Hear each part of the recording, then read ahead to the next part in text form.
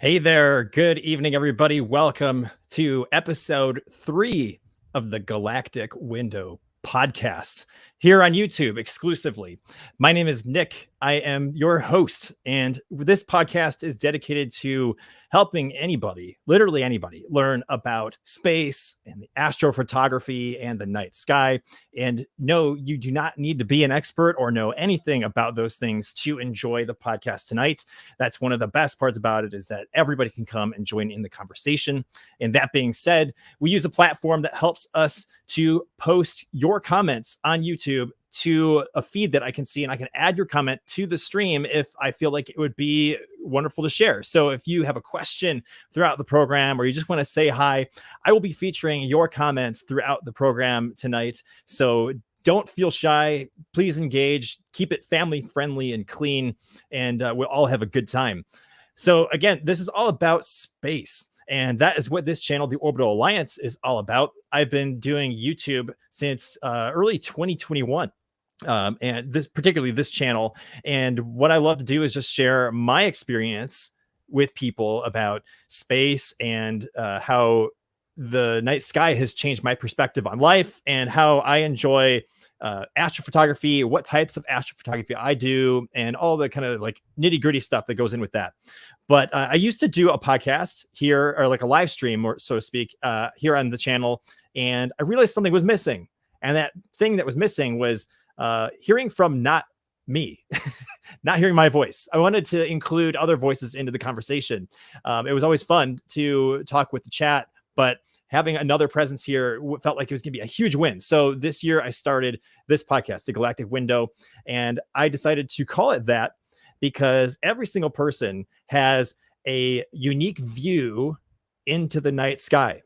Like, we all might see the stars and look up and see something, but are we seeing it the same? That was a question I asked myself. I said, does this look the same to everybody? And I think the answer that came to, the conclusion that came to, was no. I think we all see this differently. We might see the same objects, but we receive it differently. That's a unique perspective. So the way I view the galaxy, peer into the night sky, is different. And so I decided to come up with this concept, the Galactic Window, and that is representative of our unique perspectives. We all have our own window into the galaxy. And that's why I wanted to do this, bringing other people in here. Like, tell me about your view through the Galactic Window. So I'm really excited for tonight because we're bringing on a brand new guest. We've had 2 other episodes so far. This is still early, but we did have one with Godfather Astro, a friend of mine from TikTok, who does astrophotography. Excuse me. We also had another guest that I know from TikTok, Sam Star Kitten. She was on the last episode, and we had so many fun conversations, just learning about what they see when they look through a telescope, or they just look up like in the night sky with their naked eye. What is that experience like?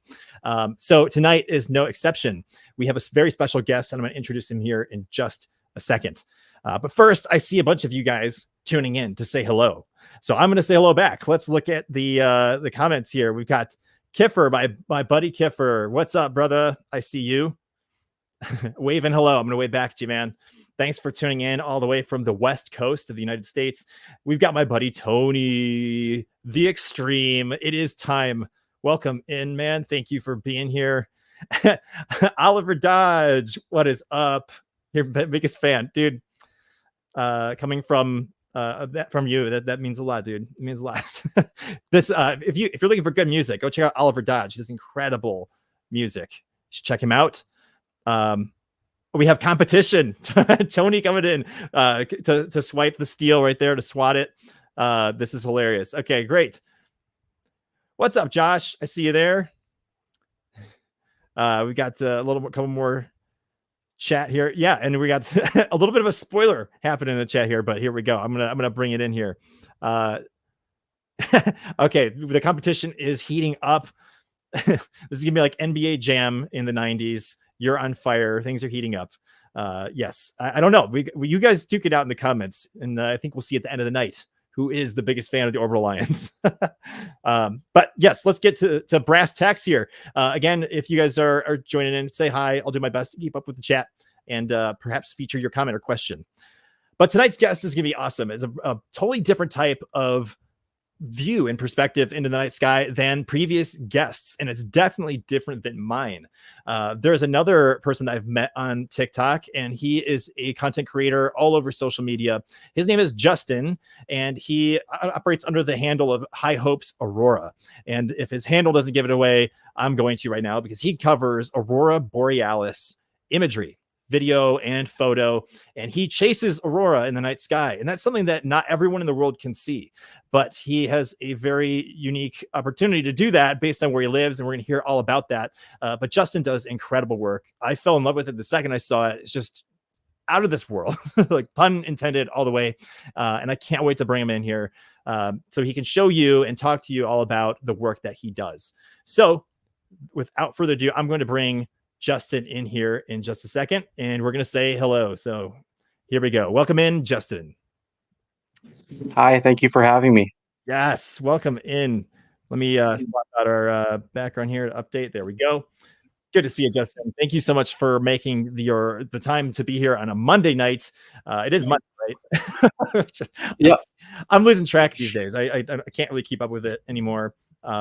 But yeah, I mean, this is one way to make Mondays exciting and less boring is to host a podcast with an awesome person. So yeah, dude, I'm like so excited to hear about what you do and talk with you about all of the Aurora stuff. So let's just start up top. Like what I've asked in the previous episodes of this program with the guests is to explain your social media handles. So can you tell us why High Hopes Aurora? What is that about? Absolutely. Well, originally I started as Justin Anderson, photography, aurora chasing, and it was not unique enough. There's too many of Justin Andersons around here. So I started looking for a handle, and I wanted to find something unique, something that fit in. And for anybody who doesn't know me, I am the Aurora guide for Manitoba, basically. So I tell people when to go out for Manitoba. If there's northern lights, go look, and if not, I let them know. And one of the things I started saying right from the start was keep your hopes high and your expectations low. Every night I go out, I hope for the best show of my life. I hope for amazing aurora all night long, but I don't expect a single thing. If I get Yeah. some stars, a little bit of glow, I'm happy. So that started to become a thing with my name.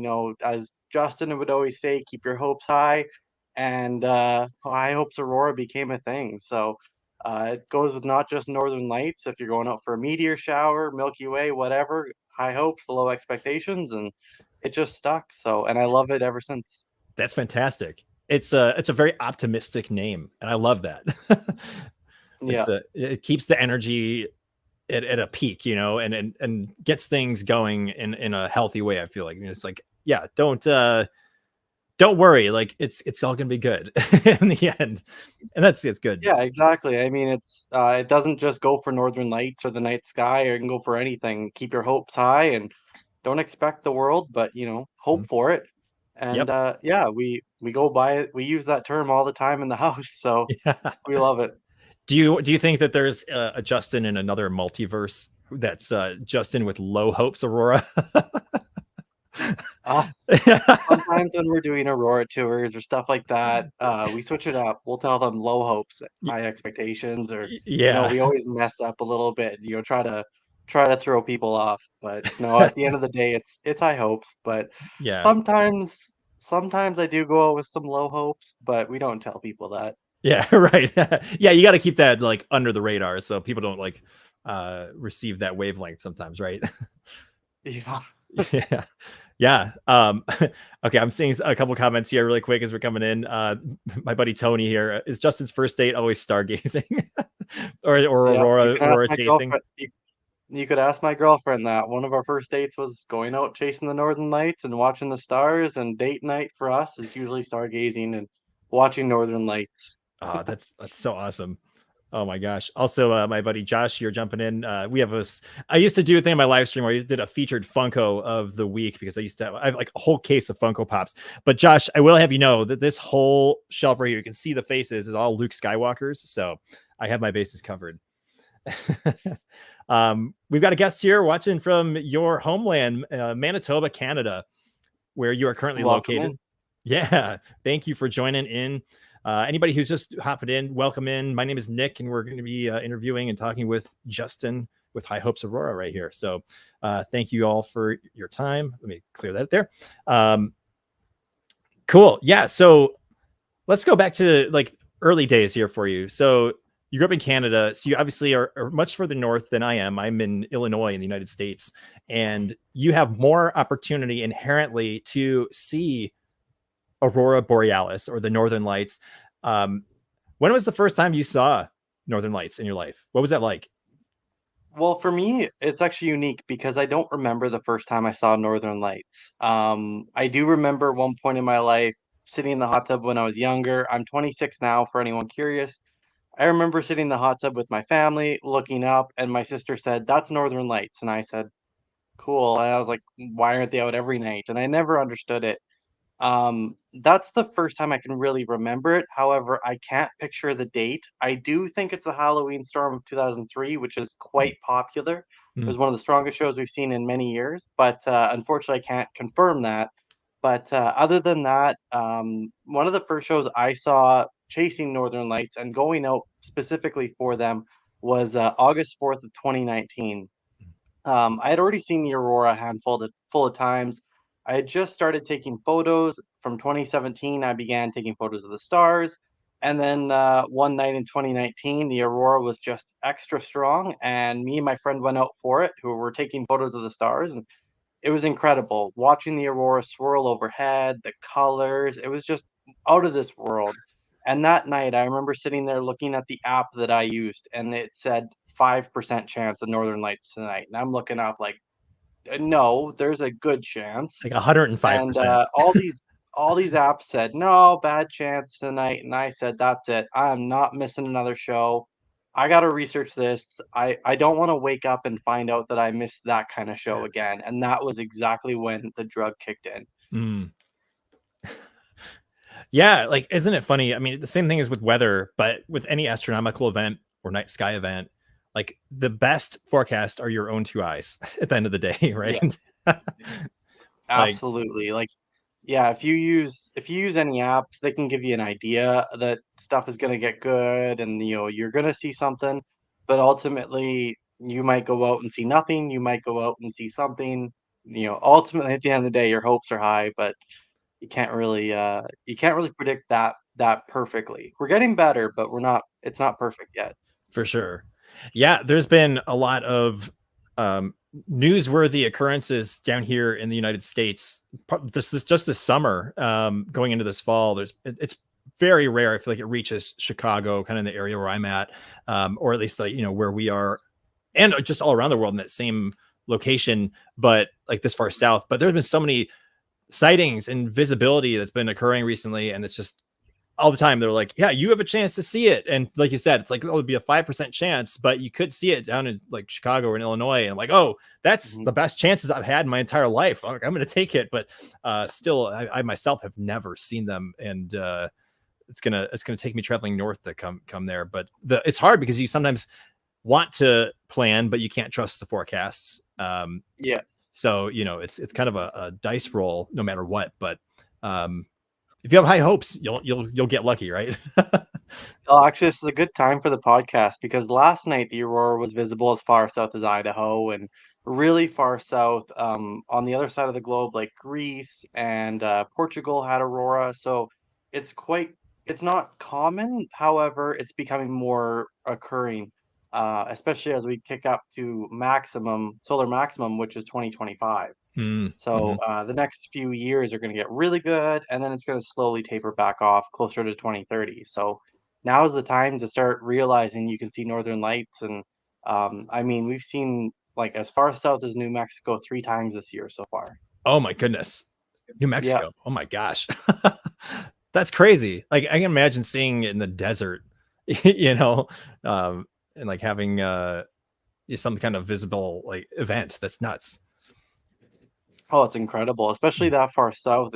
It's bragging rights is what it is. Yeah. Seeing peop There's people that chase around Los Angeles, and there's so many, beautiful parks down there. And there's been a few times that people have seen just a red glow on the horizon of northern lights. And Mm. Yeah, we can see that here every single night. I mean, it's not that exciting for us here because that's every night. Yeah. However, the bragging rights to say I was in Los Angeles and I saw Northern Lights, or I was in Moab and I saw the aurora. It's pretty cool, and to see that, to see it extend that far south and the community build that far south, it really can hook other people and say, "Well, I'm coming up, especially to Manitoba." Yeah, right. So one of the things I feel like I should have asked right off the at the beginning here was, in your experience and in your knowledge, can you explain for our guests what Aurora Borealis is? It's probably helpful to kind of backtrack and explain that, just to make sure we're not leaving anybody behind on what this topic is. Do you mind? Ab Absolutely. So there's you got the sun and you have the earth. The sun is constantly emitting rays in every direction. And when those rays hit us, those electrons hit us, they go into our atmosphere and they glow. It's that simple. Our magnetic field catches them, protects us on Earth here from the harmful radiation, and as it emits into our atmosphere, it glows. Depending on what it hits, it glows a different color. Now, if it hits oxygen, it glows green, which is the most common atom in our atmosphere. So of course, you're going to have green most common, and that's why the sun is always emitting stuff out into space, and that's why we always have northern lights out there because they're always hitting us. They're always bombarding us. However, sometimes the sun will basically sneeze and it lets off a giant amount of particles in one direction. And it could be 180 degrees. It's massive. Some of them are very directional, some of them aren't. And if those hit us, and if it's a big wave and they hit us, it could cost or could cause 12 to 24 hours worth of amazing northern lights. It Mm. pushes it further away from the pole and down south. And that's where the Illinois, the North Dakota, South Dakota, Michigan, Wisconsin, they all start to see northern lights because it pushes further away from them. And that's it. It just different stuff in our atmosphere causes glows different colors basically when it gets hit by these particles. Yeah. I came prepared tonight because I kind of changed the colors in my room to kind of look like Aurora. I've got some green, a little bit of like magenta, just to kind of mimic it. And we'll see Perfect. some of your pictures in a little bit. But until then, I was like, I'll change my room and kind of set the mood here. Mm. But thanks for the explanation. I think that definitely helps. Hopefully, those of you out there who are watching tonight feel like you got that definition down in your heads as we continue. I am going to go to the comments here really quick. We've got a bunch of stuff I kind of missed here. Let's see. I see Joe's here. What's up, Joe? Former guest here on the Galactic Window. Welcome back, my friend. He's also, a TikTok person that we've met. Got a couple. Star. You could say it. He's a TikTok star. Yeah. Yes, he is a TikTok star. That's very true. I mean, Absolutely. his lives are incredible. I see a couple questions here from you, Josh. I'll come back to those in a little bit. Let's see.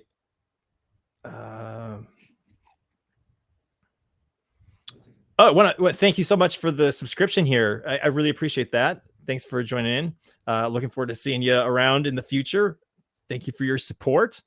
Let's see. And we got a couple other conversation bits going on here. So you guys keep up the conversation in the chat. Happy to see it. So I want to, pardon me, my voice is a little bit raspy. It's got this water here. I want to, gosh, sorry. The next question I want to ask you is, when you go outside on a night where it's, just totally covered with aurora, what do you see? What does it look like? And is it like the pictures that we see? So you made an amazing video today about what you see with the Milky Way and why we don't see the Milky Way in person and all that. I'm gonna say everyone needs to go watch that before I talk about this because that explains it perfectly. Your camera sensor is so much bigger, it's made to pick up light at night, so it does look better on camera, unfortunately. Mm. Now, when you talk about northern lights, there's a few different things that we talk about. We refer to it all as northern lights. However, the aurora goes through different stages. It goes through a buildup process where it basically is this giant arc across the northern sky, and it can go overhead, it can go to the south of you, but it basically looks like a cloud, but you can see through it. Mm. It blocks out a lot of the stars. You don't see the Milky Way through it because it does glow, but it looks gray. Honestly, I have had that arc overhead and it's getting stronger. And I've said to people, go outside and look, the northern lights are out, and they say there's nothing there. And I said, there, you just can't see it. Mhm. It's not great. But if you pull out your phone, pull out a camera, video it, it's going to show up as bright green. But to us, our eyes don't pick up that because it's just too dim at that time. Now, as the aurora gets stronger and stronger, it pushes away and it'll go further south, and then it just goes pop, and that aurora starts dancing. And I have a video we'll show you guys later on, but that video, when the aurora pops, it takes anywhere from it can happen in 10 seconds, it can take a minute, 5 minutes, but it doesn't last long. That's the part everyone dreams of seeing Mm. when they say the northern lights, and that's quick. But that moment, that's when the purples, the pinks, sometimes Ooh. the blues, all of these colors come out to play, and even green. I've had people beside me that say, "Holy, that's green," but unfortunately, the camera picks it up a lot better. Mm. But the colors come out to play, and it's so fast. Like, it's incredible. It looks like an angel sometimes. It looks like it's spiraling over you like a tornado. There's so many different things to see, and honestly, it's hypnotizing. Yeah. When that happens, I've been with a lot of people who are taking photos and videos, and I say, "Put your cameras down, look up," because you're not gonna get that experience again. It's Mm. so cool. It's a lot harder to get because it's a 5-minute window out of a 12-hour night, right? Right. It might happen a few times throughout the night, but it is a little bit more difficult to catch, and if you get it, it's incredible. Now, after all that energy is expelled, it has to go into a recovery mode where all that comes back together into itself, and you still get a lot of movement in the sky, kind of like a wave throughout the sky sometimes. Sometimes you get flashing, like lightning Mm. almost, where this aurora is just pulsating. But it's not as colorful, and you still get a lot of motion where it looks like it's moving across the sky really, really fast, but it isn't as colorful. Mm. So, yeah, the camera picks up the colors a lot better than our eyes do, but as far as us, like, when I walk outside and the aurora's everywhere, it depends on the stage. Mm. If it's that early stage, it's gray. Yeah. Honestly, it looks like a cloud. Now, I'm a colorblind aurora photographer, Yeah. so my eyes don't pick up green like other people's do. Nick's shirt is green to me. However, if you were to put my eyes beside Nick's, it's basically just really desaturated. Mm. It's not nearly as strong as other people's. So while I still can see green, it's just not really strong for me. So when I step outside, it's gray. The aurora's always been gray to my eye. As far as the greens go, it's always gray, and I've never seen green. Mm. However, other people, my girlfriend, guests of ours, if they come out or friends of mine, they come out and they step outside, they might see green depending on how strong the aurora is. Mm. But honestly, it does look like a cloud a lot of that time, unless it's going really fast and dancing. Okay. That's crazy. Yeah. Gosh. I mean, not until like now did I know that you don't actually see the green in aurora or any of the color. Like, it like you were saying, I did make a video about it there with the Milky Way, and that kind of made sense to me, not being able to see the colors or anything like that with the Milky Way. But like with this, I just assumed it was like a given, and that you just would walk outside and it'd be like magic falling from the sky, But knowing that it doesn't have it, um, that it's like a sobering moment, but at the same time, it's like, oh no, it's still cool, right? And you still can feel the effects and the power of it. I would assume. So like when Yeah. you're out there, like, does it reflect on the ground? Do you see things like kind of like with there's a full moon out, you see things are kind of glowing like a pale blue? Is it kind of like that? Yeah. Believe it or not, the aurora and its brightest, that dancing part, can be brighter than a full moon. Oh wow. So when it's that bright, that dancing, and I mean, I've told people it lasts 5 minutes. It depends. Every show is different. For me, the longest that's ever happened was an hour and a half straight of that. Like, it was just constant of an hour and a half. You look down and you don't even need a light. Hmm. I can see a shadow on the ground as if a full moon was lighting me up, and there's no moon that night. It's absolutely incredible how bright the aurora can get. Like, yeah, you could be sitting there and writing or reading a book underneath the northern lights. It's that bright. And again, that's only when it does that quick little pop though. When it's Okay. just building, yeah, it can brighten up the ground a little bit, but not nearly as much as that bright pop. With Hmm. us, the winter is our most active time because we have such long nights and we have so much snow on the ground. Yeah, that snow can often glow green and mostly green. That's really the strongest, sometimes red too, depending. But yeah, the ground can definitely reflect. I've had nights where the entire ground is like green washed, and Okay. yeah, absolutely, it can definitely wash it out just like that full moon. And when they kind of go together, like you have a full moon on one side of the sky or a near full moon, and then you have the aurora going crazy. It's kind of cool because it can kind of wash together. Another cool thing about a full moon, while it does drown out the aurora, it sucks. Mm. Full moon aurora, don't recommend it. You really struggle to see it. Yeah. However, when the moon is like a quarter or just up enough, it actually will activate the cones in your eyes so you can see the colors at night. And Mm. sometimes I've heard, for me, it doesn't really work, but for other people, when there's a little bit of light, like that moonlit, or try not to light your vehicle, but when you have a little bit of light around, it can cause your eyes to see color, and you can see a little bit more color in the aurora. So sometimes Oh, those moonlit shows are a little bit more colorful. interesting. Oh, that's a crazy fact. But you probably got to play your cards just right. Like too much light Yeah. exposure probably just totally nerfs it and ruins it. But if you get just enough, probably just triggers the part of your eye that's like, I can see this now.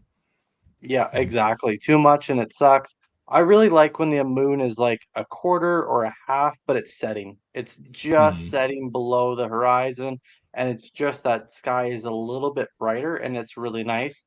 No moon is perfect. Yeah. Can't beat no moon aurora. Like, it's incredible. And then, but yeah, that full moon, while I still will go chase full moon aurora, that arc where it's overhead is Hmm. gone. You basically can't see it. Yeah. That makes sense. Yeah. It's kind of, you can underestimate how like devastatingly bright the moon is. Look at it through a telescope on a full moon, and it actually hurts your eyes to look at. Like, 'cause it's Mhm. refracting all that light into an image that's focused, and that can actually really hurt. That's why it's like you most of the time want to have a moon or lunar filter on your telescope or something like that, just so you can like reduce it. Like I've got a filter that's a 13% moon filter, so it only lets 13% of the light through, and that's pleasant viewing. So it's knowing that, comparing this to aurora, like a full moon would just totally disintegrate any opportunity to see something behind it, like right above you at zenith. Yeah. That's pretty intense. We do have a ton of questions that came in. I would love to Yeah, go we've over to. some really good questions too. Yeah, so right up here, when do you hang out south of Manitoba? So I live in southern Manitoba, and yeah, just southern Manitoba near Brandon, but we go north quite often, like up to Thompson, Churchill, all over the place. Okay, sweet. But home base is near Brandon. Gotcha. Very good. Thank you for the question. Uh, Tony, would you prefer to see the Northern Lights or a clear night sky, and why? Northern Lights. Um, Clear night skies. I mean, it's been cloudy for the last 2 weeks, so I'm kind of missing out. I'd take anything I could get at this point, especially after buying new lenses. I want to test them, but Ooh, yes. I can't. I have a curse. But I'll take anything I can get at this point in time. But clear night skies in the middle of the winter, minus 40 degrees Fahrenheit and Celsius, minus 50. It's beautiful out. The stars are so crisp and amazing that Mm. in the winter we get that constantly. We have 2 months, 3 months straight of basically clear skies. So I'm kind of, we get them so often, and yeah, northern lights are a little bit more rare, while we still get them every second or third night here. Those big shows, a big show of northern lights is just unforgettable. Yeah. One thing that you kind of mentioned that spurred a thought in my head was kind of to explain why a cold night might be better for viewing stars. And the short answer is that the warmer the air temperature, the faster the molecules in the air are moving, which creates turbulence and movement. So that's why stars twinkle a lot. It was, and there's a lot of air turbulence in between you and the star. The starlight comes through our atmosphere, and it's like wavering a lot, so it creates that flicker. So when it's colder, that means the atmosphere is actually like a little bit more dense. It's like more still. So I'm assuming it's like a much more sharp and vivid point of light. And you would know better than I, because I mean, you get much colder temperatures. Oh yeah, it's incredible those nights too. And I mean, there's no clouds because what cloud can survive that cold, right? So it's just yeah, it's incredible those nights. Like they're some of my favorite, but you're staying pretty close to the vehicle when you're out aurora chasing. Yeah. I see Valerie in here. Hey, Valerie, she's a fellow TikToker. Welcome in. Good to see you. Gosh, there's so much to catch up on. You guys are asking really great questions. Let's see. Josh asked, where in North America? Yeah, would be the most ideal location to view aurora? All right, so I'm gonna give you a handful: Norway, Iceland, northern Norway, Iceland, northern Canada, Alaska, and that's it. Unless you want to go to Russia, but I mean, who wants to go there right now? So those are your 4 locations basically. Canada, you have basically Northwest Territories, which is beautiful. It's like mountainous. It's not touched by anything. It's absolutely gorgeous up there. You have Churchill, Manitoba, which you actually get a chance to see polar bears. You get a chance to see northern lights, beluga whales. You're right on the coast. You have to ride a train to get there unless you want to fly. Like, it's incredible. It's where I go all the time. It's especially close to home here. And we guide up there too. But it's incredible. Iceland's really good. Northern Norway, they get incredible shows. Fairbanks, Alaska is a really popular one, especially for Americans. The only thing about Fairbanks, and I'm not knocking it by any means, Fairbanks is good. However, you have about a 3-hour window to see northern, or a 6-hour window to see northern lights, and it's a thing called magnetic midnight, and that's when the darkest part of the skies is in the middle. So the sun is, or the earth is directly on the other side, or you're directly on the other side of the sun, basically. And magnetic midnight isn't always local midnight. Like here, our magnetic midnight is right around 12:30 when local midnight's 12. So it works out really well. The aurora, the best time to see it is 3 hours before and 3 hours after magnetic midnight. So for us, our window is basically 9 o'clock p.m. until 3 o'clock in the morning. Of course, you can see aurora outside of that, but that's kind of when it's going to be the absolute furthest south. Like it's going to be the best, basically. For Fairbanks, it's actually their magnetic midnight's around 3 o'clock in the morning. So you don't start to see aurora until midnight, and you don't, you get to your window ends at 6 o'clock in the morning.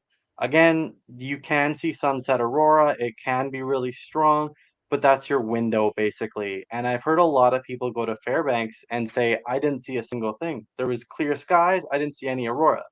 Well, how late did you stay up? Till 10 o'clock. There's your problem, right? Here, people stay up till 10, 11 o'clock at night, and we're already 2 hours into that window. We can see the aurora. Iceland, Norway is kind of on the opposite side of things. Their windows, or their magnetic midnight is right around 9, 10 o'clock at night. So they can see aurora and after supper and then go to bed. Yeah, right. So, there's a little bit of research that goes into it, but as far as the best place to see the northern lights, it's anywhere that you're under that oval that's constantly happening. And if you're going to go, Yellowknife, Fairbanks, Alaska, Churchill, Manitoba, Iceland, like Reykjavik, Northern Iceland, and Tromsø, Norway is basically the top 5. Okay, that's really helpful to know. But if there's a town beside, Churchill, Manitoba, and there's a town 10 miles beside it, that town still works really well too. Those are just the main locations. Yeah, for sure. It's kind of like a general area to refer to.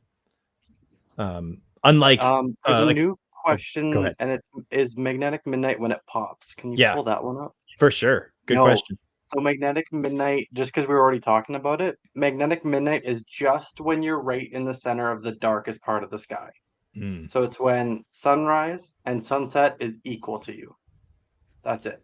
It doesn't have anything to do to when it pops. The aurora is kind of a band, and right in the center on the opposite side of the sun, it's the thickest. Interesting. So that's when it's going to look the absolute best. That's when it's going to go further south for you. It's as it's, getting closer to magnetic midnight, it's going to start getting bigger. And then, as far as popping, it could be any time throughout the night. There's things to watch for that you can, but however, it could be before the window even happens. And that's when you sometimes see it before the window, but it could be any time, even before sunrise and sunset. However, you just missed it. Yeah. Okay. Yeah, that's helpful to know too, because I did not know about that. And also Magnetic Midnight is also a great band name. Just saying. So I'm gonna just extend this invitation to you, man. Do you want to start a band right now? And we're gonna call it Good that. idea. You don't want to hear me sing, but that's a good idea. You're right. Me neither, dude. Yeah. Oh man, that's so funny. Oh my gosh. One of the things you told me the other day when we kind of did a little bit of a tech test here, was that you remember every single time that you've seen Aurora. Like you have a memory of it and you can recall specific moments. Like tell us about that. What does that mean? Within reason. I mean, like, because we see it every second or third night, I don't really, go after those small dates. But the big shows, Mhm.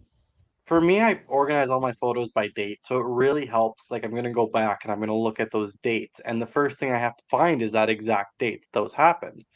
Well, like I said at the start of the podcast, August 4th, 2019 was one of my biggest shows, the first big show. And it was the best. And I was like, that's incredible, best show I've ever seen. The next best show was November 3rd, 2021. Absolutely incredible. Purple in the entire sky. Like, I was so happy. I was running up and down a hill. Like, I fell multiple times. It was just incredible. And then right after that, it was March 30th was the next best show of 2022. And then there was September 17th of 2022 that was top that. And then September 22nd of 2022 top that. And September 22nd still has that title for the best show I've ever seen. Mm. Now, then there was April 23rd of 2023 that was just incredible. It's another really good show. And yeah, it's just for me, I'll talk to people and they'll be like, I saw the Aurora back in April. I'm like, April 23rd. And they're like, let me look here for a second. Oh, yeah, you're right. But it's just, I remember it. It's, don't ask me what our anniversary date was, but no, I know exactly when the Aurora was out. Yeah.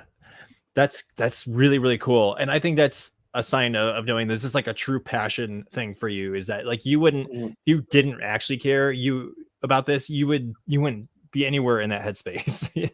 Yeah. And another thing that goes with it isn't just the date, isn't just, oh, there was Aurora that night. It was every show is different. April 23rd was so strong. It was south of us. The purples were incredible. The coronas were incredible. September 22nd, it went pop for an hour and a half, like Mm. straight. Like it was just constant. September 17th, we had a moon up and it was very colorful. Like I even saw a little bit of the purples and the pinks, like quite often all night long. And it popped quite often too. November 3rd, it was like the entire sky went bright purple.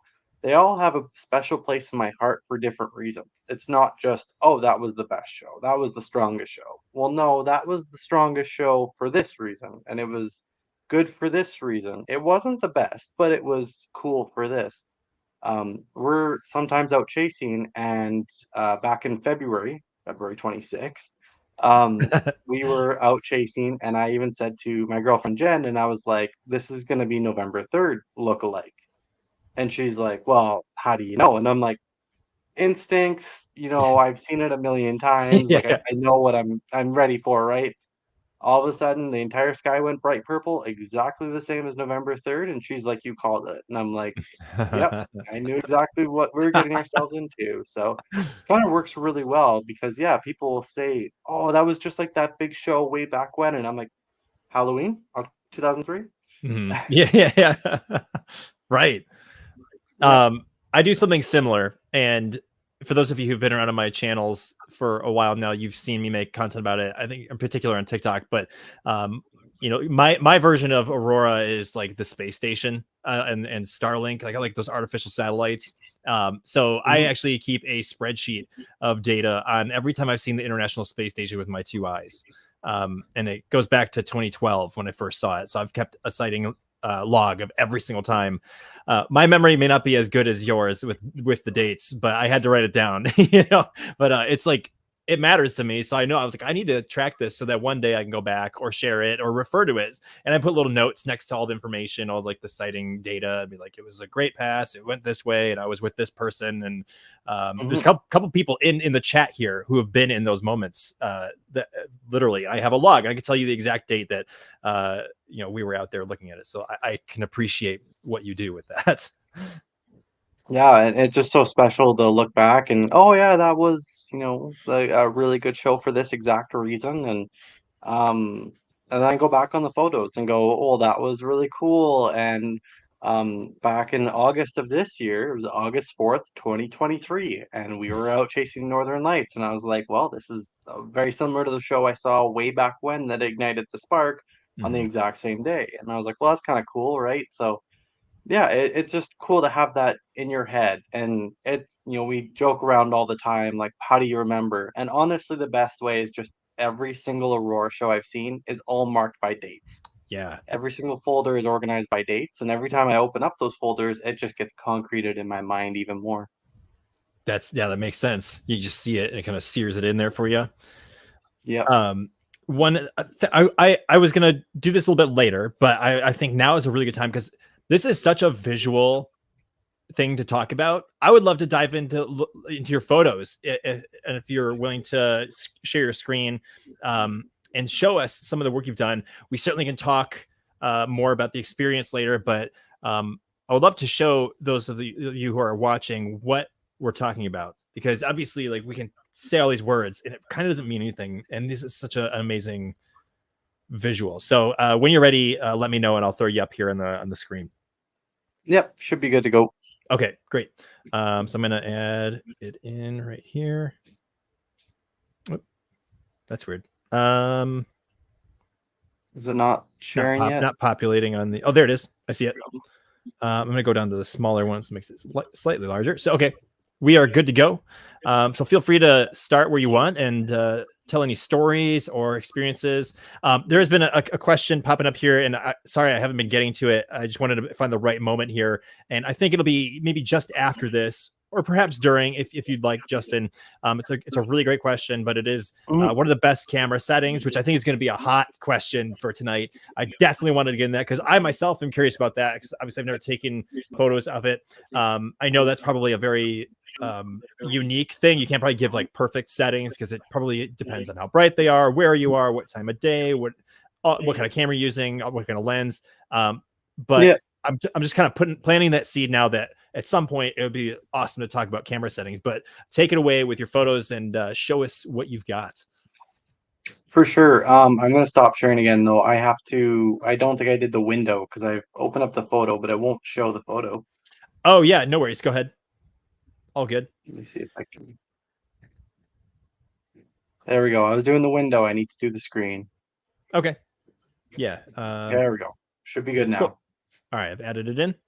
And there I see go. It. Nice. So I've got about 18 photos and videos all together, and I'm going to give a little bit of a story. Some I'll probably skip right over, but this is one of those ones I love that I want to start off with. This is a very famous waterfall in Manitoba called Pichu Falls. It's named after the lynx that's there. That's kind of what the lynx sounds like. So yeah, it's called Pichu Falls, and I've driven past it all the time going up north. And ever since I was started this, I wanted to take a photo of Pichu Falls and Northern Lights. And this was back in 2022, so last September, and start of a 4-week Aurora chasing tour. Like, I was 4 weeks straight of chasing Northern Lights. This was night number 1, and the Aurora absolutely blew up. We actually even lost a camera to the water this night. Oh no! I revived it. I brought it back to life, but it fell off the dock and went right into the water, smashed the lens. But the Canon 5D Mark IV was able to be brought back to life after about a week in a Ziploc bag and heat. And oh my rice. Goodness! Yeah, but this is one of the shots I call my bucket shot. I always wanted to shoot it. This doesn't line up really well with the Northern Lights either, so like it's really tough to get this iconic view and the aurora. And this night I was like, I'm gonna go, I'm trying this. And my friends who I was staying with were like, don't bother, it's not worth it. And I was like, I'm gonna go, it's worth it. Yeah. And we sat there, and this was literally 2 minutes after we could see the first star. Like this was still sunset. No, really? And yeah, it was incredible. So Holy yep, cow. that's one of my favorite shots. And yeah, I was just super proud of that one. It was a great way to start the entire trip, besides the camera, but the camera got Right. But it made for a great story. Rest in peace, lens, exactly. or rest in pieces, rather. Right? Exactly. This is the iconic shot that I got with that we used for this one. It's also my profile picture. Like I love this shot. Oh, dude. This was September 22nd. Like this was the best show I've ever seen. It was that purple for an hour and a half. Like it was constant and it was incredible. Now, we were up on a road and I was down this really rocky terrain at the bottom getting reflection shots, and I was just changing out my battery, and I look up and I was like, holy crap, the aurora's about to go. And my friend Vince was standing right where I was, and he had his tripod in his hand and he was looking at his camera. And I was like, oh, this is perfect. I was like, Vince, don't move. Like, this is an amazing shot. And the second I said, don't move, he went, oh, the aurora's going crazy. And he ran away. So I was like, oh, come on.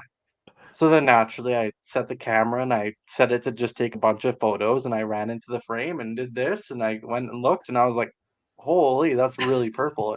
Yeah, it's the ultimate aurora selfie. You have to do this, right? Yeah. The excited. So yeah, that was definitely one of my favorites too. Incredible night.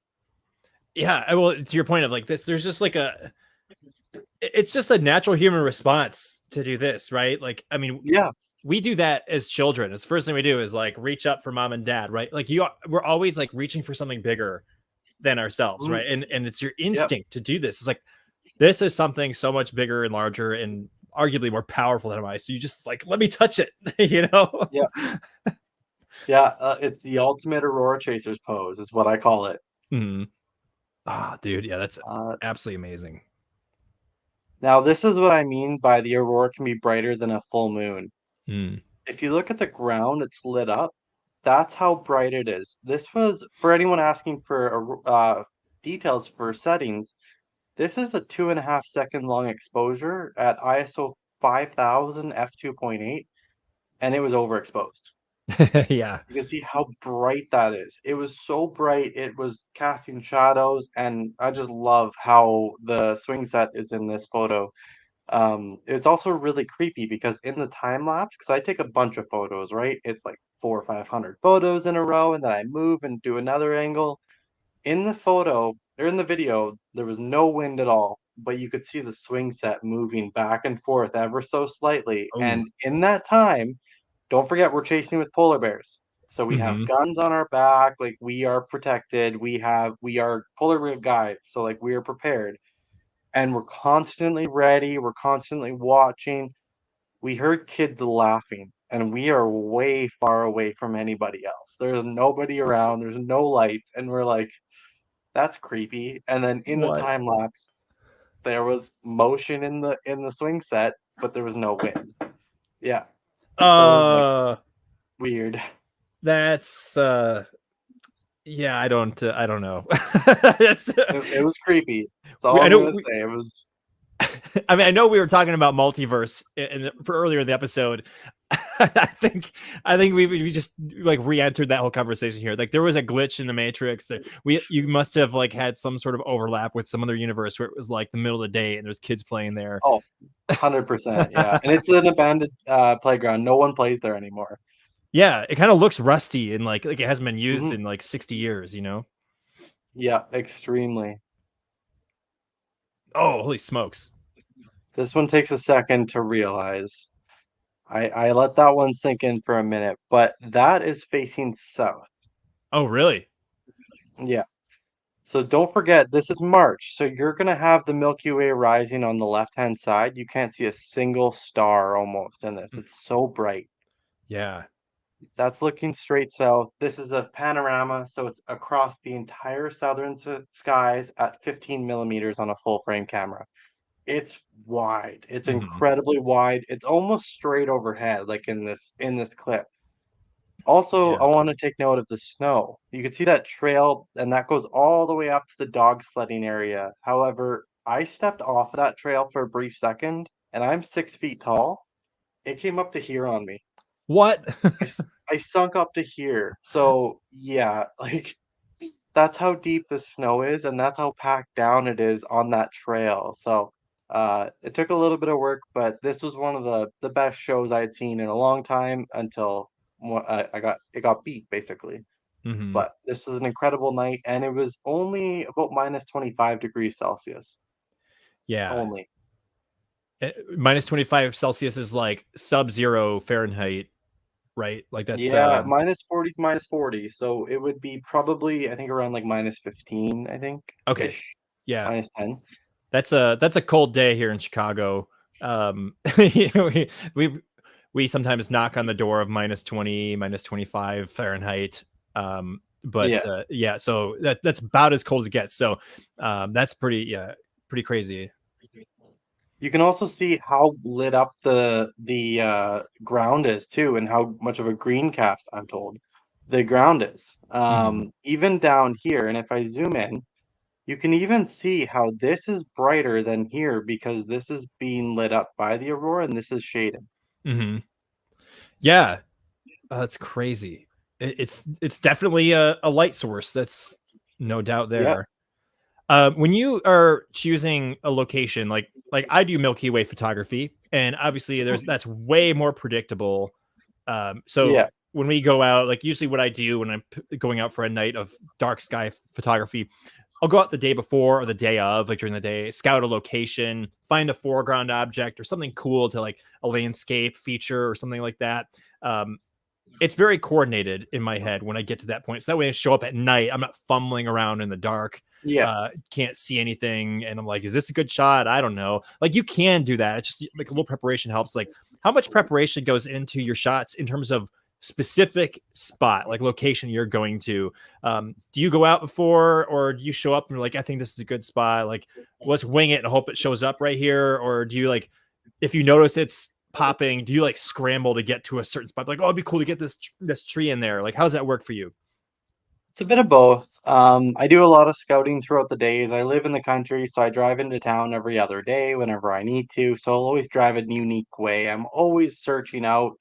Anytime I find something cool, whether it's a tree that's kind of crooked and I'm like, that'd be cool, I save that onto a map. Everything is all documented on my Google Maps, so it's all saved. And I'm like, well, then I'm driving along, whether or not it's storm chasing, aurora chasing, Milky Way, whatever it might be. And I'm looking at my map and I go, okay, I've got something here. Generally, I plan everything in advance. I try to, and I'm like, we're going to go to this location for this exact reason. I'm going to try to go for this shot.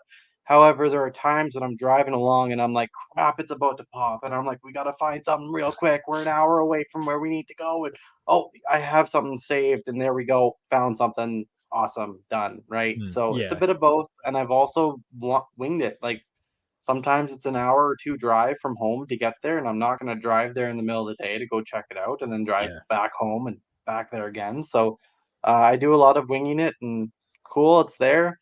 The nice thing about the crew here in Manitoba, a lot of us will share locations. Hey, this was a cool spot. It's Mm. safe. It's good. Go there. Sometimes we talk a lot and go over different stuff like that.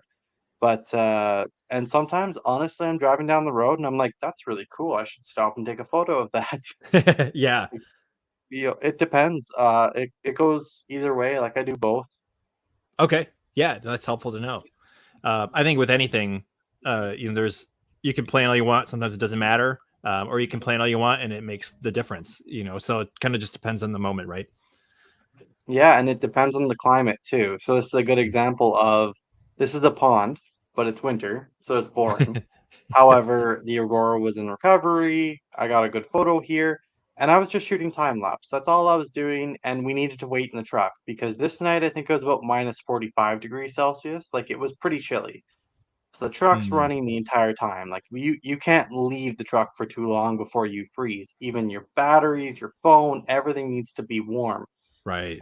So this is a good example of basically I have a camera right down here, and then I have a camera in my hand here, and this shows you how Canadian I am. I have no gloves on, and I'm holding a camera in my hand to take video, and I'm taking a photo with my other camera in my hand. And then if you look over here, there's Jen in the truck with the sunroof open and her heated jacket on, and the truck is playing music, and it's also um, cranking out some heat too.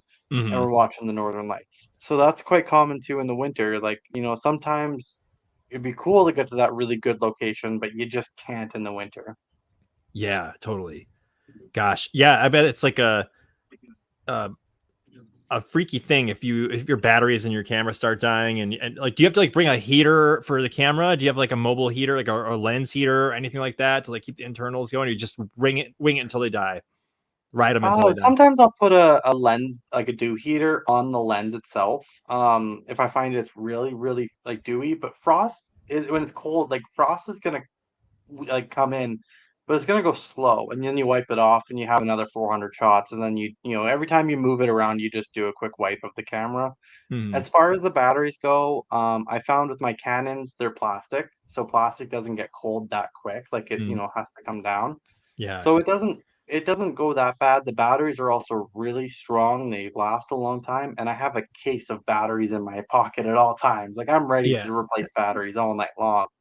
I find the Nikons, which I've shot with friends who have them, they're metal bodies and they Mhm. get cold really fast, and then the batteries get cold and they die. So, Right.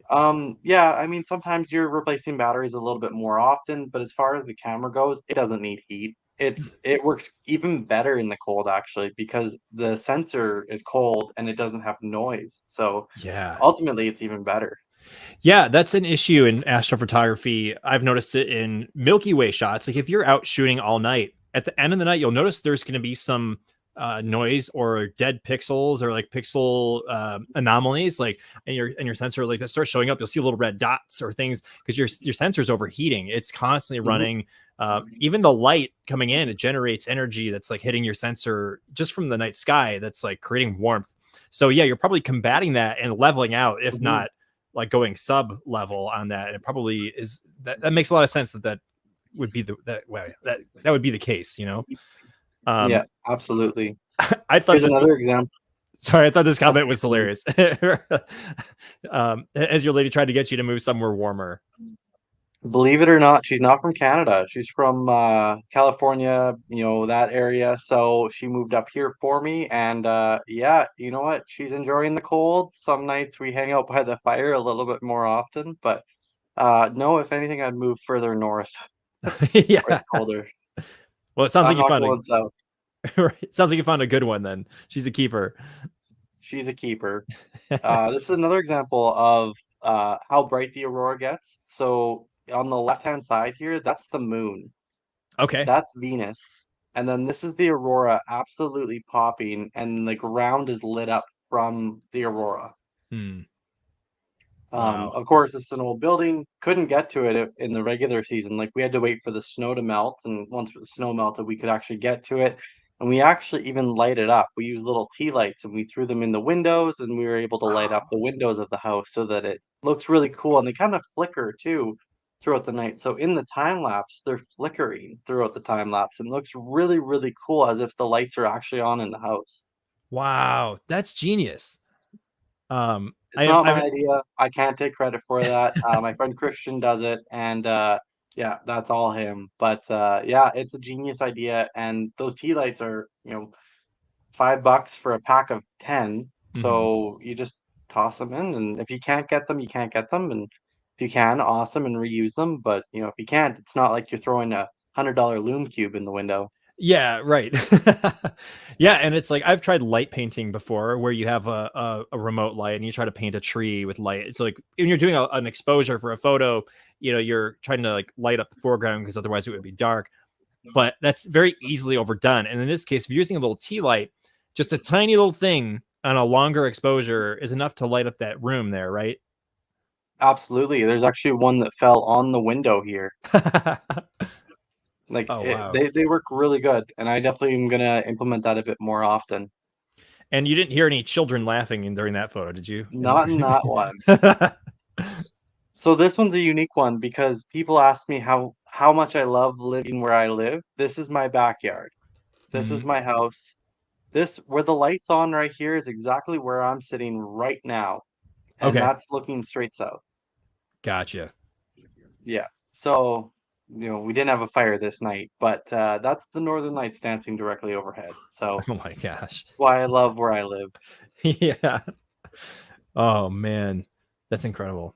Holy smokes. This is the one I told you about earlier. So I added two Milky Way photos, and this one counts because this is the Milky Way, the Northern Lights, and this is actually the lunar eclipse, the blood moon, Oh, back yeah. in May of 2022. And this was actually a night with awful Northern Light data. Like the Northern Lights weren't going to be out. And I just looked and I was like, oh, hey, there's the Aurora. And I had a 50 millimeter lens on it on my camera. And I just did a panorama, 18 photos, not tracked or anything, and I just merged them together and that's what I came up with. So, pretty cool to get all those elements in one photo. Yeah, no kidding. I always refer to those kinds of photos that just are so awesome, unbelievable, and like, the genius ideas. I refer to them as portfolio busters because they just like blow Mhm. everything else out of the water with like how cool they are. I would say this is totally a portfolio buster photo. It's really like it's one of those photos that like I wouldn't print it or anything like that because it's such a bad aspect ratio, but it's just so cool to me. I'm like, I got all of it. We were Right. thinking the other night, I'm like, yeah, it'd be really cool to shoot a lunar eclipse with northern lights. And I'm like, wait a second, I did. Yeah. All right, so this is my backyard. This is video taken in my backyard of the northern lights. Oh, wow.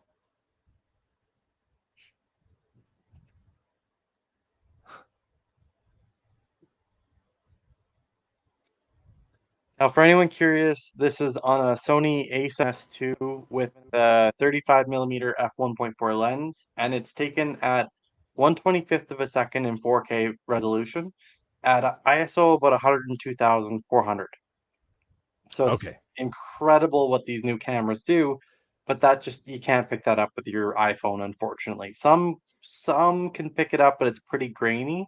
But Mm, that's what we love to do is that real-time footage. And I have a couple yeah. more here. Oh, dude. Yeah.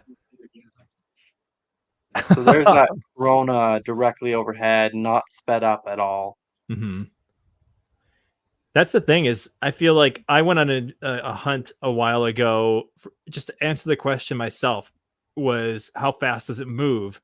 And because you see these beautiful pictures and you assume it's like this super slow thing, Mhm. kind of like watching the moon. Like the moon is always moving, but if you go outside, it just looks still. So I always assumed the aurora was the same way, that it would just be this thing you go out and see, and if you came back in like half an hour, it would Yeah, look a little different. But that's totally not true. It's alive and moving so fast that you can capture it with normal speed, like play one times playback video footage, yeah. and you can see it moving. Yeah, not sped up at all. Like it's, time lapse, sure, it looks great, it's moving lots, but to see it move that much in real-time video, and that's what it looked like to the naked eye. In a video like this, honestly, what I do is I have it directly above my head, and when it starts to do that, I go like this, and I just lean back and I just look at it. I don't even bother with the camera. It's Mm, just in my hand, so I can watch for it myself. yeah, that's crazy. So when we go up north, we get very lucky, and this is an average night in the north. Oh my gosh, the Just reveal driving on down that the was road, there's yeah. northern lights. Um, I have a few more here.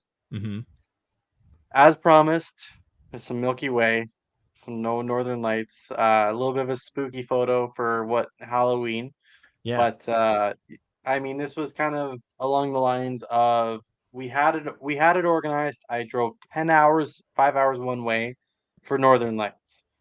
They busted. They didn't show up. Mm. Super weak, it wasn't worth it. So on the way home, I had seen this building and I was like, "Ooh, that's really cool." So I met up with some friends, took some photos of this old building, basically was just winging it. But what we did was we put a little bit of a light in the window that's already smashed, and it had curtains in the window.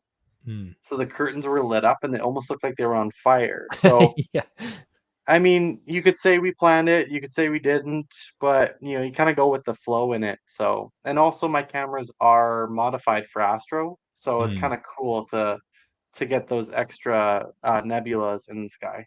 Yeah, right. Like there's the natural sensor technology is not prepared to receive certain wavelengths. So you've modified yours to receive those wavelengths that of light that get emitted from astronomical deep sky objects, right? Yeah, exactly. This red here that you see, most cameras just don't pick that up. So my cameras are modified to pick up that and everything else. So it's just a little minor change and makes the reds a little bit more rich, basically. Mm-hmm. Nothing more. So I love that nebulosity. It's one of my favorite things to capture besides Northern Lights. So yeah, it was a pretty cool night.